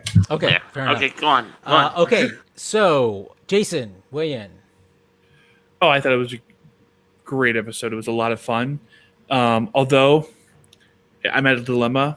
I don't know which is cuter, Baby Groot vomiting or Baby Yoda vomiting. Thank you for having that graphic ready for us, Jason. That's Awesome. well played. Well played. Do you have a favorite? You're still working on it. Let us know when you Yeah. resolve the vomit issue. Anything else you want to say before? We'll get to round robin. Okay, great. Son, how about you? There was no So, Mr. Toad this week, I know. Let's get that out of the way. That's what I didn't like about this episode. We went back to Navarro and there was no Toad at any point. I went back and looked. I literally went back and thought looked of that. frame by frame. I thought of you as I was watching this episode last night. But I did find something cuter than Baby Yoda. Yeah. Oh, little squirrel? I don't Weasel. think squirrels. Thing. The weasel. I was going with Meerkat. We kind of like a meerkat. Kinda. That's not I'm fair. going Yeah. with dinner. I 100% like this thing more than Baby Yoda. Oh, I didn't. I mean, I thought it was cute, but not cuter than Baby Yoda. I mean, It's Baby like a walking Yoda. otter. Yeah. Uh-oh. Travis, where are you when we need you? It looks like a ferret. Yeah, no, but good observation, son. Anything else? Okay, so I don't know what Ross is going to say about these dark troopers, but when I saw like all of these things, the only thing that went through my head was, okay, so this is a dude who slaughtered all the Mandalorians or took part in it because he has the dark saber. He's doing cloning experiments, and he needs Baby Yoda's midi-chlorians for pumping up these clones. And the only thing that runs through my head is this is probably Mandalorian DNA that they're trying to pump Jedi influence or the Force influence into to use as super soldiers. All right. How does that square with what you think, Ross? Okay, so the Dark Trooper in Star Wars Dark Forces, which was a reskin of Doom with Star Wars. It starred, oh dang it, what was his name? Bounty hunter, compatriot of Han Solo. He eventually became a Jedi as the series continued. But the Dark Trooper came in multiple phases. The first phase, Phase 0, turned clone troopers into cyborgs in the same way that Anakin Skywalker became Darth Vader. It was eventually phased out and replaced with pure droids. And these things were nasty. Really, really nasty. Imagine Darth Vader, but all robot. Or General Grievous, or the nastiest kind of battle droids you saw during the Clone Wars, except built by the Empire. And based on what we're seeing from that scene, it looks like Gideon is either building. I know, damn webcam. We can still hear you. I know, and that is a good picture to freeze on. I do admit. Those are the Doom brows, by the way. There we go. So it looks like this might be it might be a mix of phase 0 where he's transfusing midi-chlorian rich blood into clone troopers, or he's trying to fuse it with fully machine entities that he controls, which is from Jedi Academy, I think. Eckhart's Ladder, one of the YouTube channels I was following, was commenting on that. So it raises some Jedi really, Academy. really interesting future possibilities for the story of Mandalorian going forward, and make it even that much more fucking terrifying. All right. That actually does sound interesting. Yeah. Thank you. Okay, let's go over to the pantsless one. I'm assuming that by this point in the podcast, you have gone pantsless, Sean. I haven't yet, but it's coming. So a couple of things. First of all, Phrasing. good point. So first and foremost, I called this entirely. I've been calling this for a long time, since like the very beginning of the series, that the whole point of getting of why they had so much scientific interest in the child is to create a super soldier or a race of figure out why they're so powerful, this particular race, and to create a super soldier of force sensitive soldiers. And this I'm getting distracted by the kid behind me. The kids behind me here. That one. Hi, Hayden. Okay, thank you. Bye bye, Doo Nugget. Go on. Okay, thank you. I love that kid. Okay, so yeah, I mean, I had called this as that's what they were doing. I think I pointed this out too, is that the doctor in that the whole scene. I don't know what's his name. Yeah. Doctor, what's his name? Doctor. I forget his name, but it's the same dude. Dr. Pershing. Okay. Yes, Pershing. All right. Pershing was wearing the same badge on his sleeve that they were wearing, the clone troopers were wearing on Camino. So this clearly, from the very beginning, was a cloning operation. Cloning relation, yeah, related. Right, and more importantly, what we're seeing here is this is the beginning of the First Order here, and is what I got from those closing scene. Mm-hmm. That this is what this is all about. They did say that you were going to see the genesis of the First Order come from this. So that's what this is about for all of them. Another thing that caught my attention here, and this is something that's been bugging me for a while, is at the end when the X-wing pilot showed up, Captain Carson Teva, and he's interviewing. It's like the New Republic. We've talked about this before. Their government organizational skills are ass. They are terrible at running at governing, which is, I think, the biggest problem that they have. Now, I don't think they were particularly good about doing it before the Empire. You know, when they were the original Republic either. I don't think they were particularly good. I think that like the common theme is that the Republic and then the Empire and even it basically just neglected the Outer Rim. Right, that exactly. The Outer Rim was sort of like just kind of like the Wild West, and like we're gonna let them do whatever they want to do because it's which not. They kind of commented on this week. Yeah. Whereas now the new Republic is trying to get involved, and they sent Porkins Jr. in to. I mean, you know, I've sat in race car chairs as a bigger guy myself. I want to know how he fits in an X-wing. Just saying. So yeah, I mean, the whole premise here that and actually the client mentions this. You know, he talks about where the Empire goes. There's order. There's prosperity, and you know and at the time the New Republic took over, he goes, all I see is death and chaos, is what he says. And this is like in the third episode. And that's all I see is death and chaos now with the New Republic. And, you know, I think there's a lot to be said for that. I mean, that's a common theme here. And I was thinking about the entire rebellion itself. And the only people that the rebellion really benefited were the core planets. The Outer Rim, I didn't seem to want anything to do with it, and they didn't benefit whatsoever. This was really about keeping the 1% in power, or getting. But the thing is, though, Sean, and you know, can you really have liberty and freedom without the freedom to fail?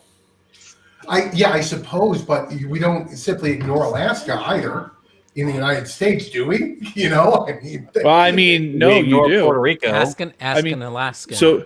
So here's my boss is an Alaskan. His dad has a cabin in a remote area of Alaska, and he got stuck out there during a winter storm trying to make his way back. And the state's like, yeah, we're not going to go get him. You're nuts. He spent hours trying to find a neighbor who would eventually try to drive out there, and they had to spend and that neighbor went out and his car died, and they had to spend a night in the wilderness before. I mean, yeah. So yeah, if you're in Alaska and you get out there, you're on your own. Right, but we're not. I'm not talking. I'm talking like Juneau. I'm not talking about in the middle of nowhere. I mean, that's the whole thing. That's exactly what the Outer Rim is. It's nowhere. But apparently it's not, though, because these are hubs of commerce. It's hubs of commerce in the sense that it's a local hub of commerce. Did you notice the geography lesson we got finally in this about the galaxy in that school segment? Yeah, that's what kind of caught my attention about this. What was the I did notice that. Go explain further, Carlos, because. Well, just because it's always been, they've mentioned the Outer Rim, and, by its name, you get the sense, okay, it's far from, the center.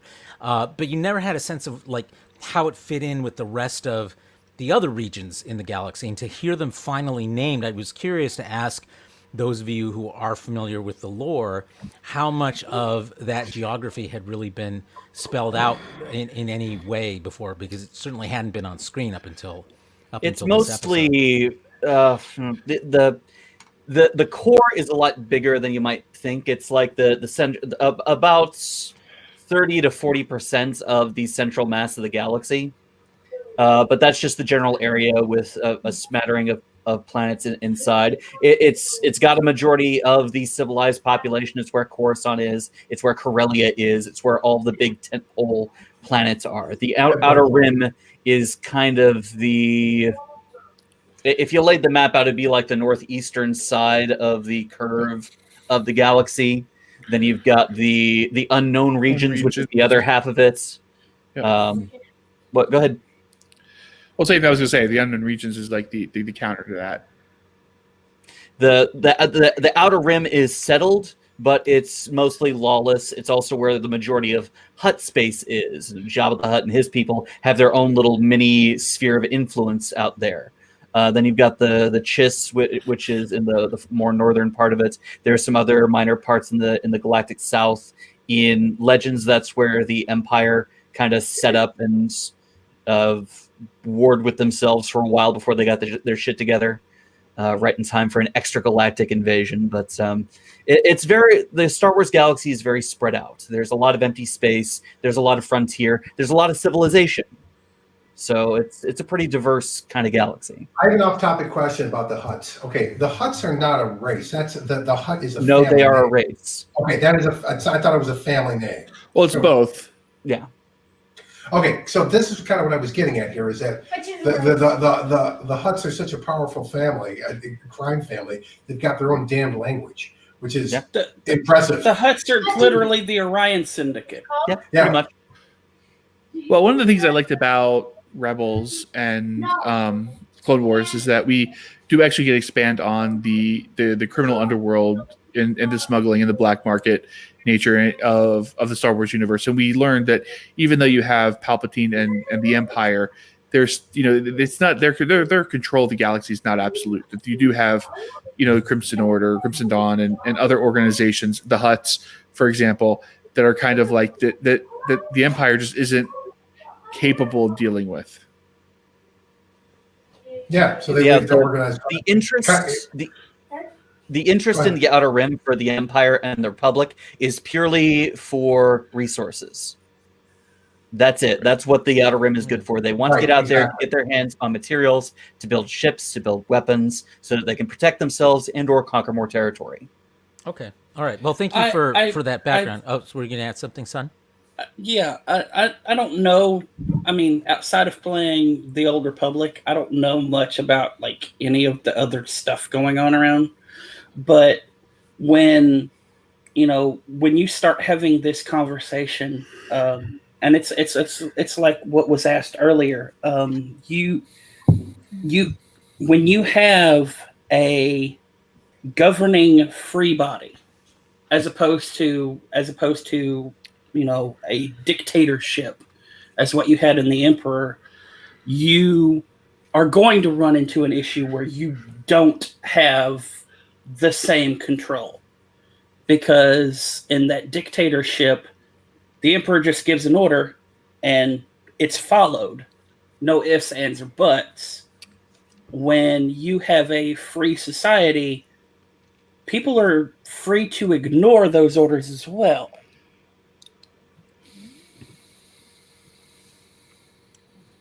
I'm not sure it's quite as black and white as that, but I think I see your point. Okay, had you weighed in on this episode yet, son? I have. Okay, who haven't we heard from? Well, we're doing Round Robin here, and Yeah. I thoroughly enjoyed the episode, and it advanced more of this plot in 32 minutes than the first 4 episodes. Combined. Agreed. No, but you had to have those other episodes to get you to this point to tell the story. Well, it's not a question of content; it's a question of pacing. Yeah, exactly. It's pacing, right? But then again, I will go back and say this isn't necessarily criticism at this point, because this is not the first time they've done this to us. They did this in season 1 as well. Mm-hmm. So I'm kind of used to it by now. And you're right. We needed all these things to happen in order to get us to this point. But it was, what I'm getting at here is that it was a breath of fresh air to finally have a really substantive episode that really gave us a whole bunch of meat to chew on. That's Despite poor Blue being- Man. They were just mistreating him so badly. Oh, I know. He was great. It so should have been Rob Lowe. That's so in my head. That's the guy from Orville. And then they should treat him as they should treat him. Oh, I wanted to point out something too. Not only there's a couple of Easter eggs that I caught in here. First and foremost, they literally took audio directly from A New Hope, Star Trooper banter. It was literally a cut and paste of Star Trooper banter. I caught it twice, and I did not notice that. There they are. Blast them was the most recognizable one. Oh yeah, that's right.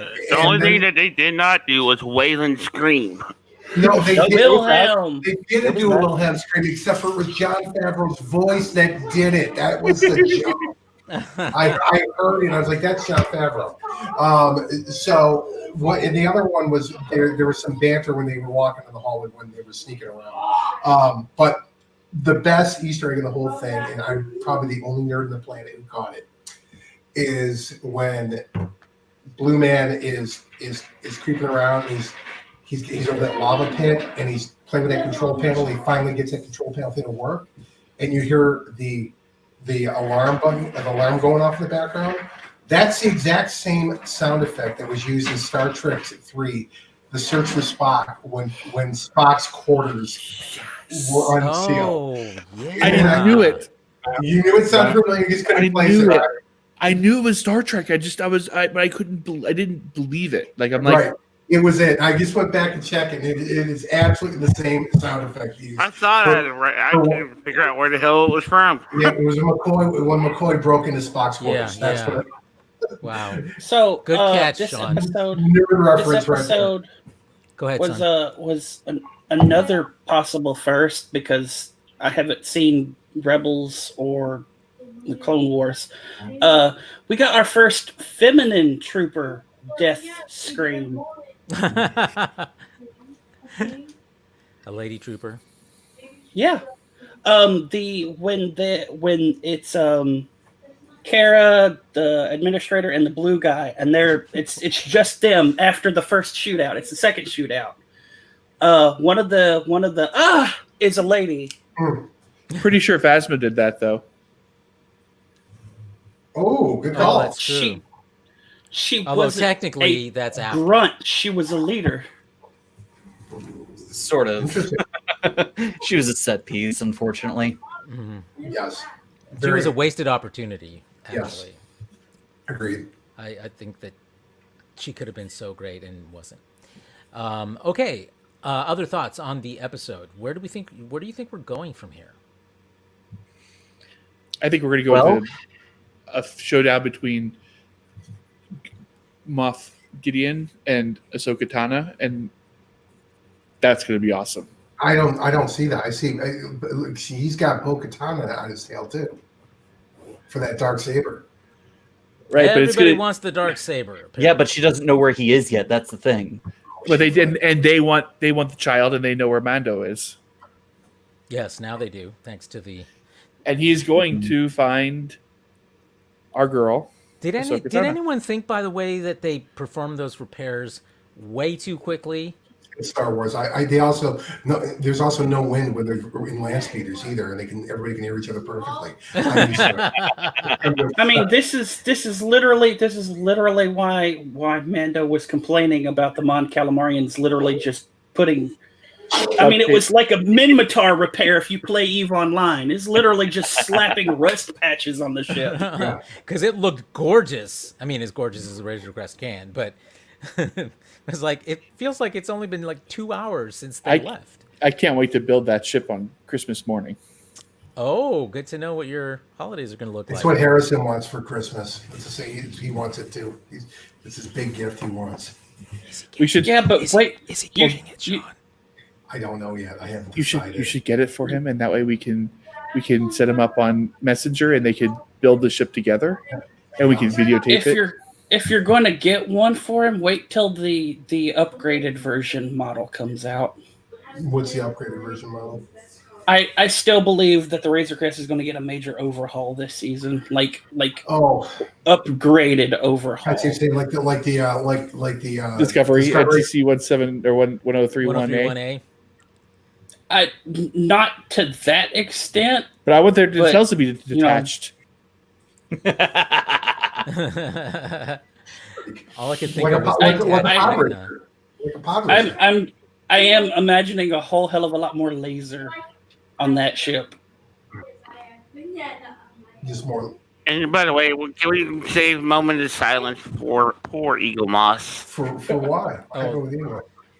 Oh, because they get 1031. they'll have to figure out how to do detachment cells. Are you kidding me? Transparent connector. No, they've literally made ships that have the little clear plastic shit on them to make it look like it's levitating and shit. They'll look. Eagle Moss just went cha-ching because it's another model they don't have to redo. They can just slap a new label on it. Oh no, they've got to redo it. The nacelles are different. Yeah, the paint job's different. We're going to use the same basic thing. You know they are. Yeah, but I still love playing with my Cloak Defiant. That's right, Greg. It's transparent aluminum. Or you go. aluminium if you're from the UK. I don't understand that. It's not even spelled that way. I never understood that. It is spelled that way in England. There's an IUM on it? The Well, just IUM, like yeah. color is spelled with a U. Off topic alert. Oh Off yeah, topic alert. Sorry, it was pedantic alert. Okay, other thoughts on the episode. How do we feel about? I want to raise the issue of Mando himself, because what are we seeing? How are we seeing him develop? And do you think he's developing in a way that is good? Not that he turns into a good person necessarily, but like, what do you think of the caliber of his character development in this season so far? Ross, you want to take this? I haven't really seen much. I don't think there has been much development for him yet. Yeah, I mean, that's sort of like he's the title character, and He is what he is. Yeah, yes, I mean, but there's only so much you can do when your quest is to reunite the child with his people. His goal is to do that, and that's what he's putting everything towards. I love the Yeah, I don't. I agree There's with not Ross. much else to it yet. There's potential for it, sure, especially when he's finally confronted with Ahsoka and he has to make that transfer. And if he wants to do that, he has to. He's going to have to choose whether he gives the child over and goes back to join another covert, or if he decides to stay with it. So I think there is development to be had, but we really haven't gotten much yet. Here's I what think my fear is. My fear is that once Ahsoka Tano enters the stage, she's going to overwhelm every other character on there because everyone think wants so. to see her. She's a very powerful Jedi. You can see her face. These are all things that the Mandalorian is not. So Yeah, that's what but I'm, look Yeah, at but remember, she's not around after this. well. Also, think about it this way: look at all the other guest spots that we've had so far, both in Mandalorian and in Rebels. Mhm. Jon Favreau's done a very good job of balancing returning characters, legacy characters, with the original cast. Ahsoka made a lot of appearances in Rebels season 2, and it was fantastic. I loved it, but she wasn't the focus. Right. She was a prominent character. She was a recurring character that helped drive the story forwards and had a lot of fun drama once Darth Vader showed up. And similarly, Darth Vader didn't dominate the show either. It was still about the crew of the crew of Rebels and their bad guys. Everyone else who showed up just supported that. Yep. So I have faith that Okay. Favreau and Dave Filoni. Dave Filoni, thank you. That they're gonna to navigate this with skill. One thing I want to Jason, point out. you were going to jump in? Yeah, well, remember, Ahsoka left isn't a Jedi. She doesn't associate as being a Jedi anymore. So, she may not even want the child. When he gets there, she's not Yoda's race. And I think he's going to get there and he's going to see her and he's going to be like, what? You're not a Jedi. And she's going to Parallel with the Watchers. Is that what they were called now? Is that what Bo called them? Child of the Watch. Yeah. It's a Watch, parallel to the Watch. The Jedi are not a race; they are a creed. Right, and so I think you're going to see, I think that's going to cause an issue between Mando and Ahsoka, and so it'll be interesting to see how this all plays out when he finally catches up with her, and does she accept the child or does she say, "Listen, I'm not a Jedi. You need to take him to his race at this planet," and now he's off to another But planet. there aren't really any Jedi to take him to. Are there? I guess Luke, right? This notion Not that they're- Luke! She takes the child, and Moth shows up and kills her. This notion that there are no She's Jedi not left. gonna die. She's not around after this. Well, so she is a How voice. do you know? Well, she is a voice in Ahsoka's. Her voice is not what's her name, Rosario Dawson, who's playing her in Mandalorian, but the actress who played her in Rebels and Clone Wars, her voice is one of the voices that speaks out to Rey from beyond in The Rise of Skywalker. So by that point, she's gone. Doesn't mean she's dead. She could have transcended like in Lower Decks. The Tendi helper. Yeah. I going back to the original point, yes, I do think Mendo has had quite a bit of character development, and it was in the last episode because of finding out that there were more of his people, but nothing like him was That's a culture a shock. complete culture shock to him. And even with that, and even in that, the things that those Mandalorians were doing to him in changing the deal constantly, you could tell that they were bugging him to no end, but at the same time, something in him was driven, and I think we'll see more of this, driven to find out what the hell is going on with the Mandalorians more than what he's been taught. Yeah, because they did. He thought that Mandalore was cursed, but Bo is convinced that it's habitable. Yeah, and more than that, it's like when she made the offer to him, he wasn't rude about it. I got other things going on, is basically what it was. It's not like I'm not going to help you in your cause. It was, I got things to do. We'll touch base later. And she left the offer open ended. Is the thing, if you change your mind, and he was like, thanks, adios, I'm out. This is exactly what I was going to say here. That through his journey this whole way has been, for the first 2 seasons so far, has been one learning experience after another about himself and his preconceived notions. Look, we saw a dramatic change in his attitude towards droids because of what IG-11 did. Mm-hmm. We saw this huge culture shock in the last episode. We saw him more willing. We've been seeing a lot of this too. It's like Mando, we need you to do this. Okay, what's the job? I mean, type thing is. Whereas I think in the early part of the first season, it was incredibly hesitant to do anything. He in the Sanctuary episode, he did everything he could not to get involved, but wind up getting dragged into it and eventually did. And you see him.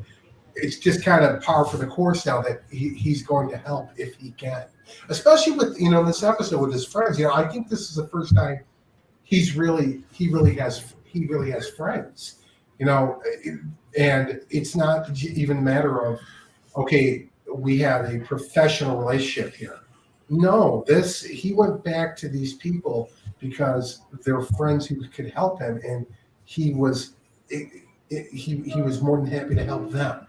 So I think we are seeing some growth here, even if it's subtle. And I think the biggest changes we're going to see are going to come next week, or whenever we finally do meet Ahsoka, because everybody was talking last week. Oh, well, next week we're seeing Ahsoka. Yeah, we'll see. We'll see whenever she finally appears. I think you've got that. I think you've got the issue with the Mandalorian. I think you got the fact that I think he's going to be sucked into this fight against Moff Gideon and the last vestiges of the Empire / the First Order. And there's a lot of changes, I think, on the horizon. It's not so much what we're really seeing; it's the subtle changes that we're seeing that are going to develop into him being much more of a leader and less of a rogue, I think, overall. And his relationship with the child is particularly interesting because this episode he was like, no, like, he stays with me. That's it, because we're Planet 2. It's not even so much that he's my mission. As far as he's concerned, he is his clan, and that is what he does. And you saw even almost a more paternal relationship between the two. I mean, seriously, this was like watching that opening scene where the child's in that tube trying to fix the ship. That was yes. That was every outing with my dad when he couldn't get into a space and had to send me in to do it. And no, not that one. That one. No, not that one. That one. And things like that. So it was. I think we're seeing a lot of changes in his character. They're just very subtle, and I think we're going to see massive changes in the near future. I think you're right, and I hope you're right. Other thoughts? Okay, then let's wind up the episode with our traditional last segment. What are we watching? Hope you have good ones for this week, folks, and let's see what they are, and let's start with Sun. Okay, so what I watched this week was literally like just before I got here. A Twitch VTuber, a femboy VTuber called Sweet Cheeks was yeah, go figure. Was you got Carlos's interest? was streaming a webcomic, and he was reading the webcomic in the different voices. And it's shagandscoob.com, I think.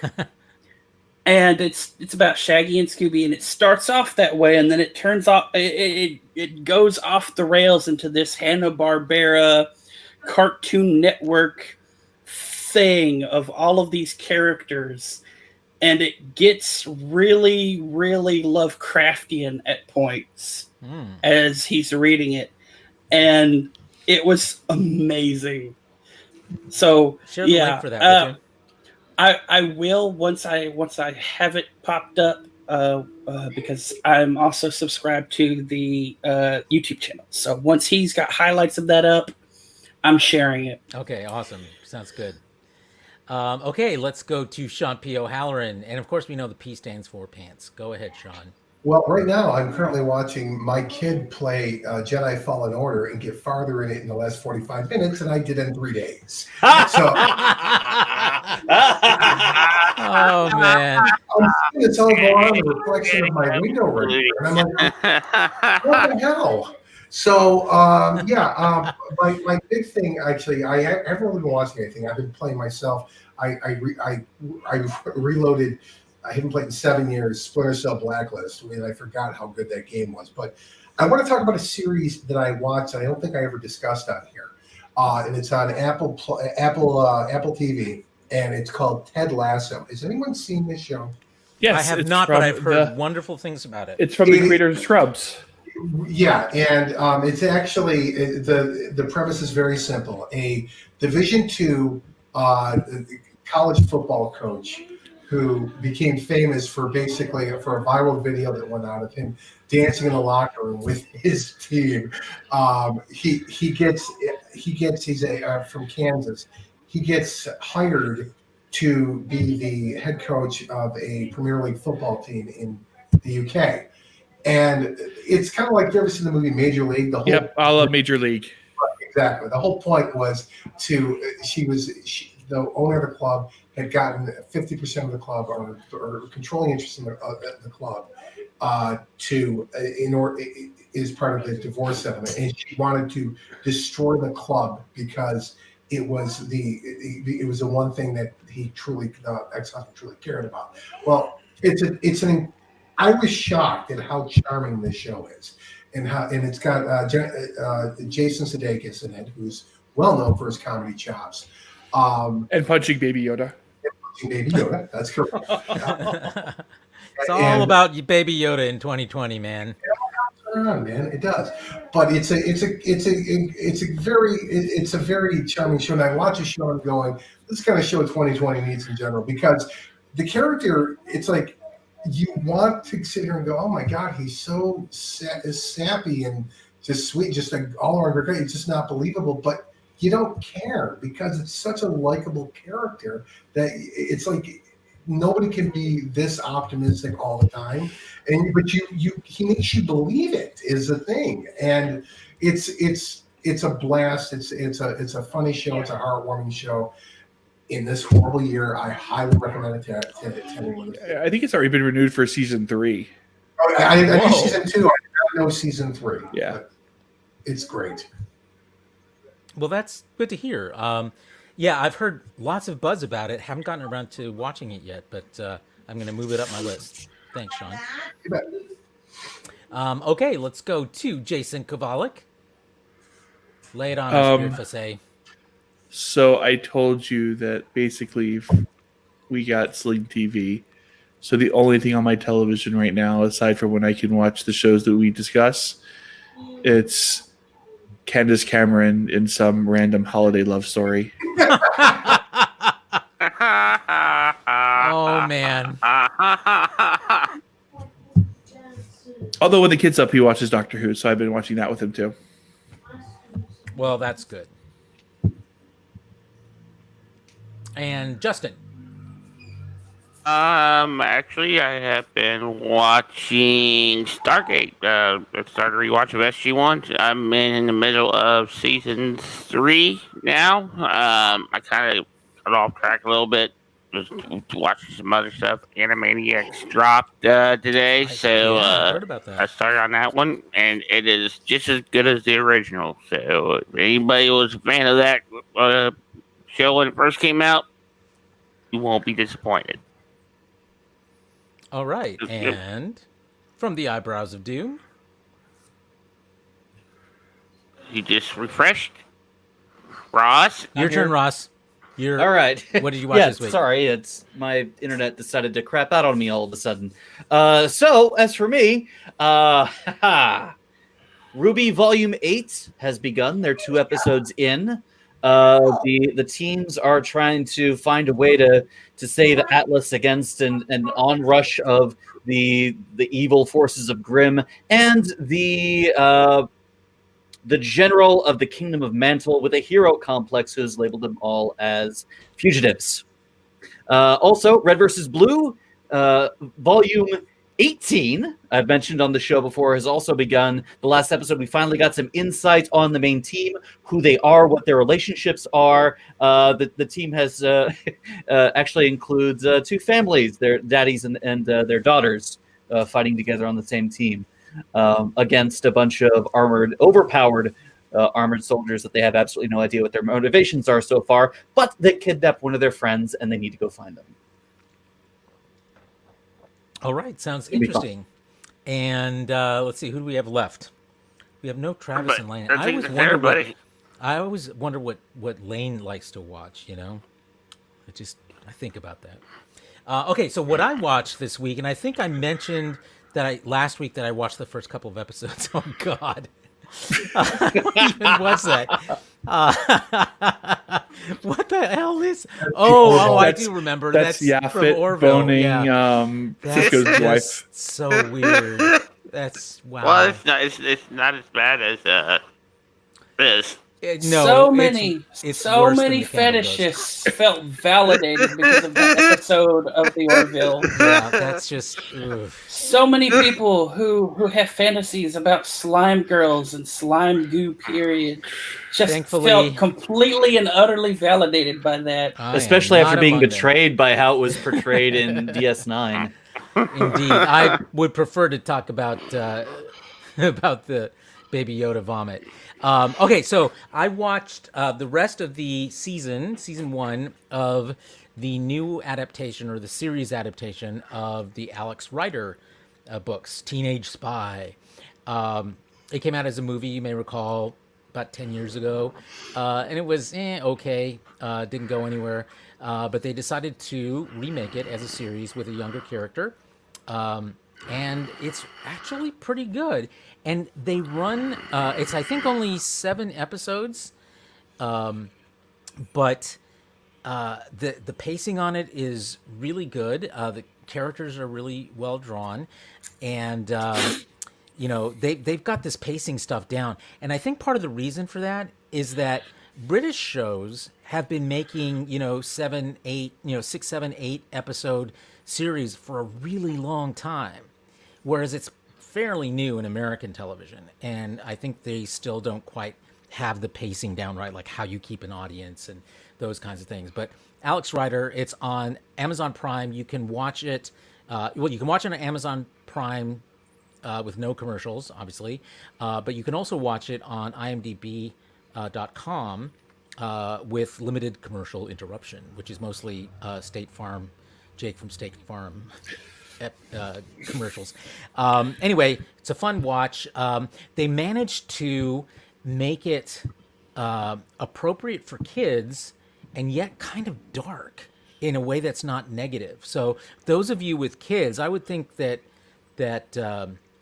Jason, your son, might really like it. I watched it with a 12-year-old who was, I introduced it to him, and you always do that, wondering, are they ever finish watching, or are they just doing it to humor you? He actually binged the rest of the season over the next couple of days, and more importantly, his mom let him, because she restricts his screen time. So that says something, and now he's jazzed to read the books. So so I recommend it. It's great for adults. It's dark enough to make it interesting to watch, but interesting enough for kids to be into it as well. Where is it now? It is on Amazon Prime. It's called Alex Rider, Rider. And if you don't have Amazon Prime, you can watch it for free on IMDb TV. Oh, cool. I have it. Go check it out. Yeah. Now it makes sense. Amazon owns both of them, obviously. Oh my God. Where's that coming from? That was Odo attempting to link with Kira. Okay, look, Justin. So that's what the kids are calling it these days. Okay, so Justin, you can't without Travis here. You're shooting your wad all at once here. You gotta wait. You gotta hold. There we go. Bring it back around. Yeah, this isn't the science lab. Okay. Anyway, so that was my thing for watching this week. I actually watched quite a bit this week, but that was the only series I watched all the way through and really enjoyed. Quick one for you, Jason, is I think I messaged you about this. I actually went back and watched an episode of The West Wing in your honor, which I hadn't done in a long time. And man, it was good. Oh my God, it was good. That show, wow. Oh yeah, I just started watching The West Wing. I forgot to mention that. That show is one of the best television shows ever made. It really is. It is aged really well. It really has. I mean, it's 20 years old, you guys. It's still relevant. Yeah, more well, so. I mean, than I was listening to the West Wing Weekly, which is a podcast about the show, and that's one of the things that continue. That's one of the things that continue comes up. The show is evergreen. The issues they're talking about are still issues, and I tell you, another good one to watch on Netflix is Designated Survivor. Oh, yeah, I like that too. I watched the 2 seasons. Yeah. It's too gimmicky. It's a little gimmicky. It's not quite as, but it's fun. West Wing has the virtue of being feeling realistic and also feeling, just a little bit fantasized, just because of everyone is so smart and everyone is so witty and everyone is so articulate, and it's like in the real world that doesn't happen all at once with everyone you meet. But you buy it though, and I think you buy it because we know enough people like that we're like, And I think the other side that makes the West Wing work, and this is I'm literally 3 episodes into the series. When it was back on, I caught it every now and then, so I had no real connection to it. So I'm kind of coming into this fresh. But the other side of it is that they are so incredibly flawed, all of them. You're willing to they're relatable. So you're willing to accept the absurdity that they're all this quick thinking and clever all the time, because it's their flaws make up for it. So one of the things I want to point out, because I saw this about I'm in a couple of office groups and stuff, and people are like, this is like their best 49 minutes of a week, right? Mm-hmm. Otherwise, because you're talking about how Jim is always slacking. I'm like, no, you see Jim slack maybe 10 minutes a week, right? That's the most interesting moments you see. It's the same thing with the West Wing. I get it that not everybody's going to be witty like that, but it is also probably the wittiest 43 minutes of their week. Well, that's true. That's a good point, right? And what's funny about Jim is Jim was. I always felt that Jim was kind of the smartest guy in the room because he knew how to play the system. He didn't get bogged down with the bullshit. It's not that he was slacking. He was efficient with his time. Is what it comes down to. Okay, so we're gonna stop there. We're gonna stop there because we're out of time, and it's like 3 TV shows into a rabbit hole. So, I will look forward to your analysis for next week on other shows that you like. And thank you for sharing all that, folks at home. Hope you learned something. We're gonna wrap up the show. Yes, son? I would like to say before we go, the Puerto Rican satellite radar observatory is being decommissioned and demolished. Yeah, that is a shame. Yes, it's. They had a second main cable break, and it broke the dish even further when they were already trying to repair the first break. And at that point, they said they were worried that they were going to lose the 900-ton suspended platform to the dish. And they're just going to decommission and demolish it. Hey, I'd like to, which is just awful. It sucks. Yeah. Before we go, I want to give a shout out to Greg Kirkley, who has stuck around for this entire show. And yes, thank you, Greg. a few weeks ago, Greg became a new viewer of our podcast, and he was very critical of us. And I thought he was fair with his criticisms, and I think we came to some understandings. But he's been sticking around this whole time, and he's right. I forgot about Boba Fett is alive and kicking too. That's also another major plot point that's going to be dealt with in this season as well. Hi, Hayden. And yes, I watched Lucifer season 5, part 1. And I'm waiting for the second part to come along. So hopefully it hurries soon. Yeah, Great. we'll see about that. Okay, so folks at home, we'll be back next week at 8:30. So we did it incrementally. Or 9.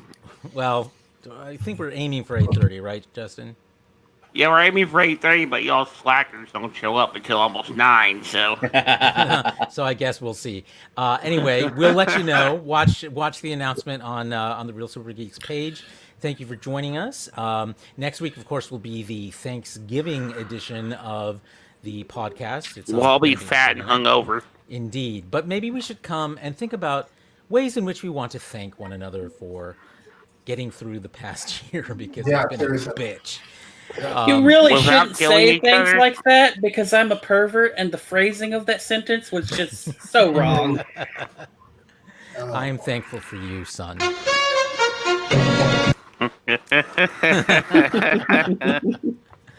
All right. Thank you for joining us. We are, of course, I think, going to stick around for our after show segment on what is that, Sean? Looks like a used condom. Yeah! Yeah, it's one of those worm things. It looks like it looks like a used condom with it's attached to a fish hook. It's a worm on a string. No.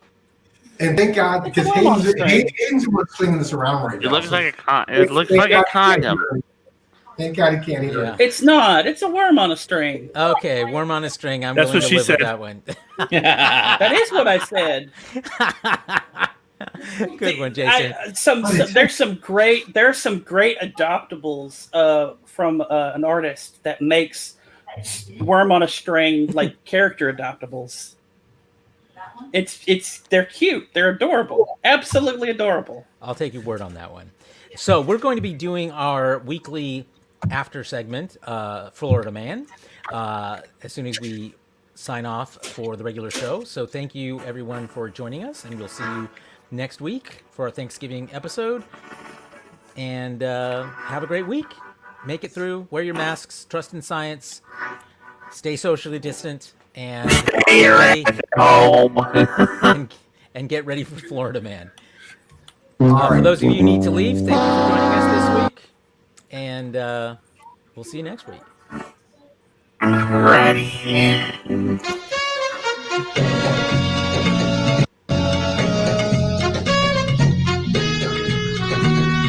right, after show time.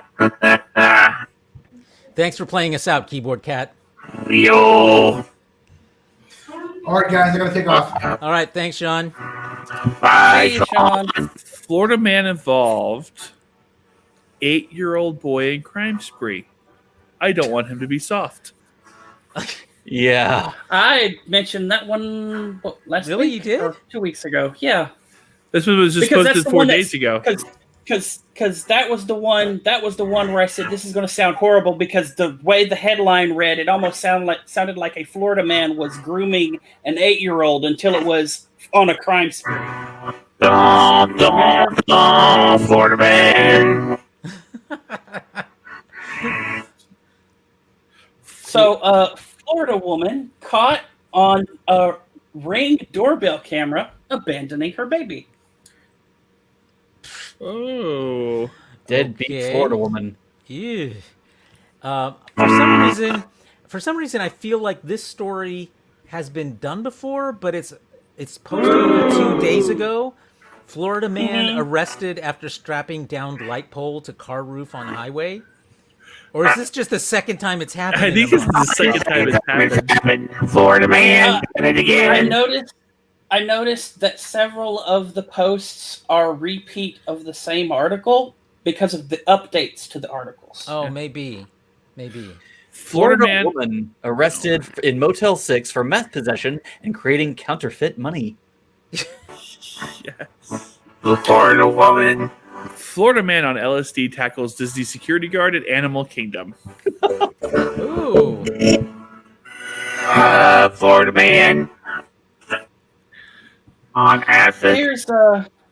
Here's a somewhat wholesome, somewhat creepy one. Oh God. Florida man turns DeLorean into Back to the Future time machine. Creepily wants to go back to see his mom giving birth. I was smiling up until that moment. Florida. Yeah, I noticed. Florida man holds dog for $20,000 ransom. Okay, Florida man. Here's one. Florida man arrested after drive-through meltdown over lack of lettuce. And the opening line of it is, he did not remain calm.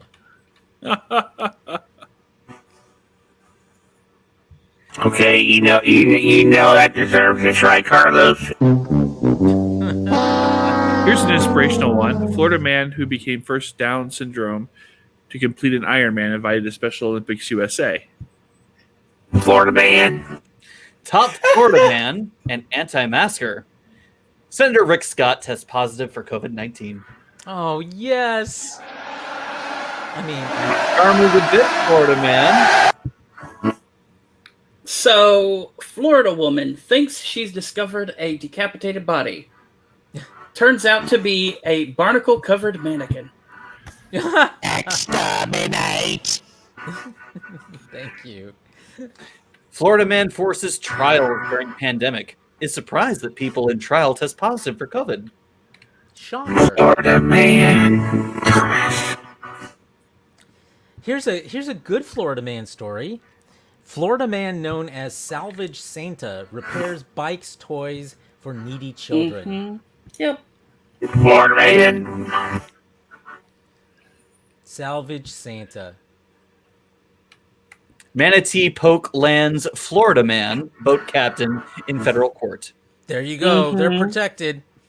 Florida man punched his girlfriend, ran from officers, and was hit and killed by a train, police say. Jesus Christ. Dumbass. Florida man. Manatee spotted in Florida man's flooded yard during tropical storm Eta. Talked about that one last week. Yeah. I'm not sure why this one made the news, but something about it sticks out. Florida man finds message in bottle from Swiss man.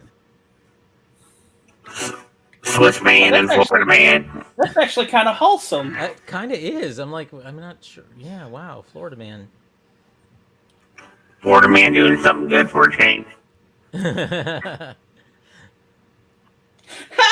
Okay. Oh God. Florida man robbery suspect who walked out of the Palmetto Police Department in handcuffs on November 2nd was captured 5 days later, still in handcuffs. Oh, idiot. You know, I hear a story like that, and my mind goes straight to the logistics of the situation. Like, how did he wipe? Carefully. Florida man punched his girlfriend, ran from officers, hit and killed by a train. I literally just said that one. You did, sorry. All right, I got to back up then. Florida man and Florida woman arrested after dogging in daylight next to the road where drivers could walk. Did we realize that the Florida man who assaulted the Disney security guard was on LSD? Yes. Yeah. I caught Okay, all right. That's why I said acid man. Florida man on acid. Dogging is having sex in public. Florida man. And woman. Florida couple. Florida couple. Yeah, there you go. Well, ready to see. LSD. out of Florida man stories. There's the one Son just said about the guy in handcuffs for 5 days. Here's another version Florida of the woman. lettuce guy. Florida woman who is an adult dancer, Strawberry, fights other dancers in apparent Donnybrook. Oh Yeah, my Donnybrook God. is like Florida woman. is an altercation or it's a fight basically. Okay. It's a Florida fight.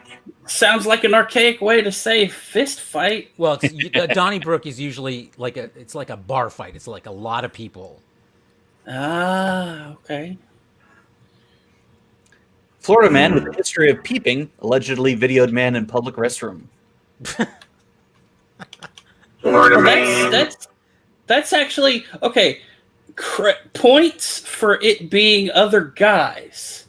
Because usually people filming in the bathroom are filming women. Alrighty. On that note. So we know our peeping Tom likes other men. That's nice. I guess for to balance the scales. Yeah, the crime is equal opportunity. Did we lose Jason? I'm here. I was trying to find other No, Florida man stories. That's pretty much it for Florida man. Here's another public one. Nude Florida woman caught touching herself outside chicken's shop, found committing same offense again weeks after her arrest. Covered that one last week too. You did? I No, don't yeah. remember that one. Yeah, it does say 7 days ago. Yeah, Well, that's all the Reddit stories for the week, I guess. I guess we're starting to go back to old stuff that we already covered. So Wait. I found one last one before we go. I've been finding a treasure trove of Florida woman this week. Florida woman who drove her SUV in bike lane for quarter of a mile fesses up. There's a sack of weed between her panties and pants. I guess that's a good place for it to be. I don't know. And I'm going to wind up with a last one, which is just to show you that it's not just Florida man who can be crazy, but this one's from Denver, Colorado. Suspect fired 24 times in fatal shooting of woman during feud over dog poop.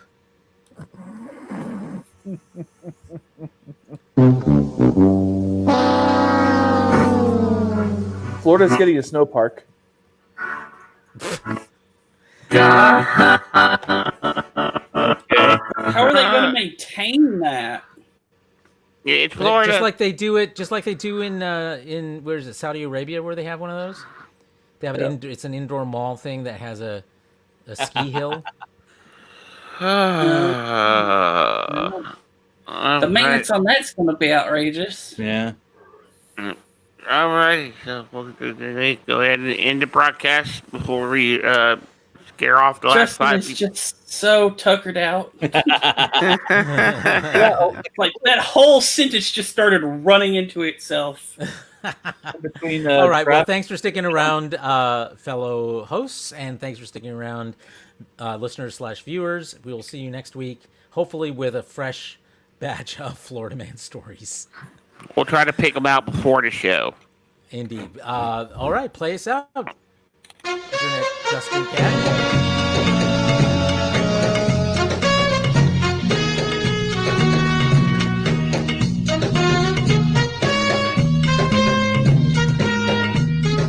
Bye, Linus.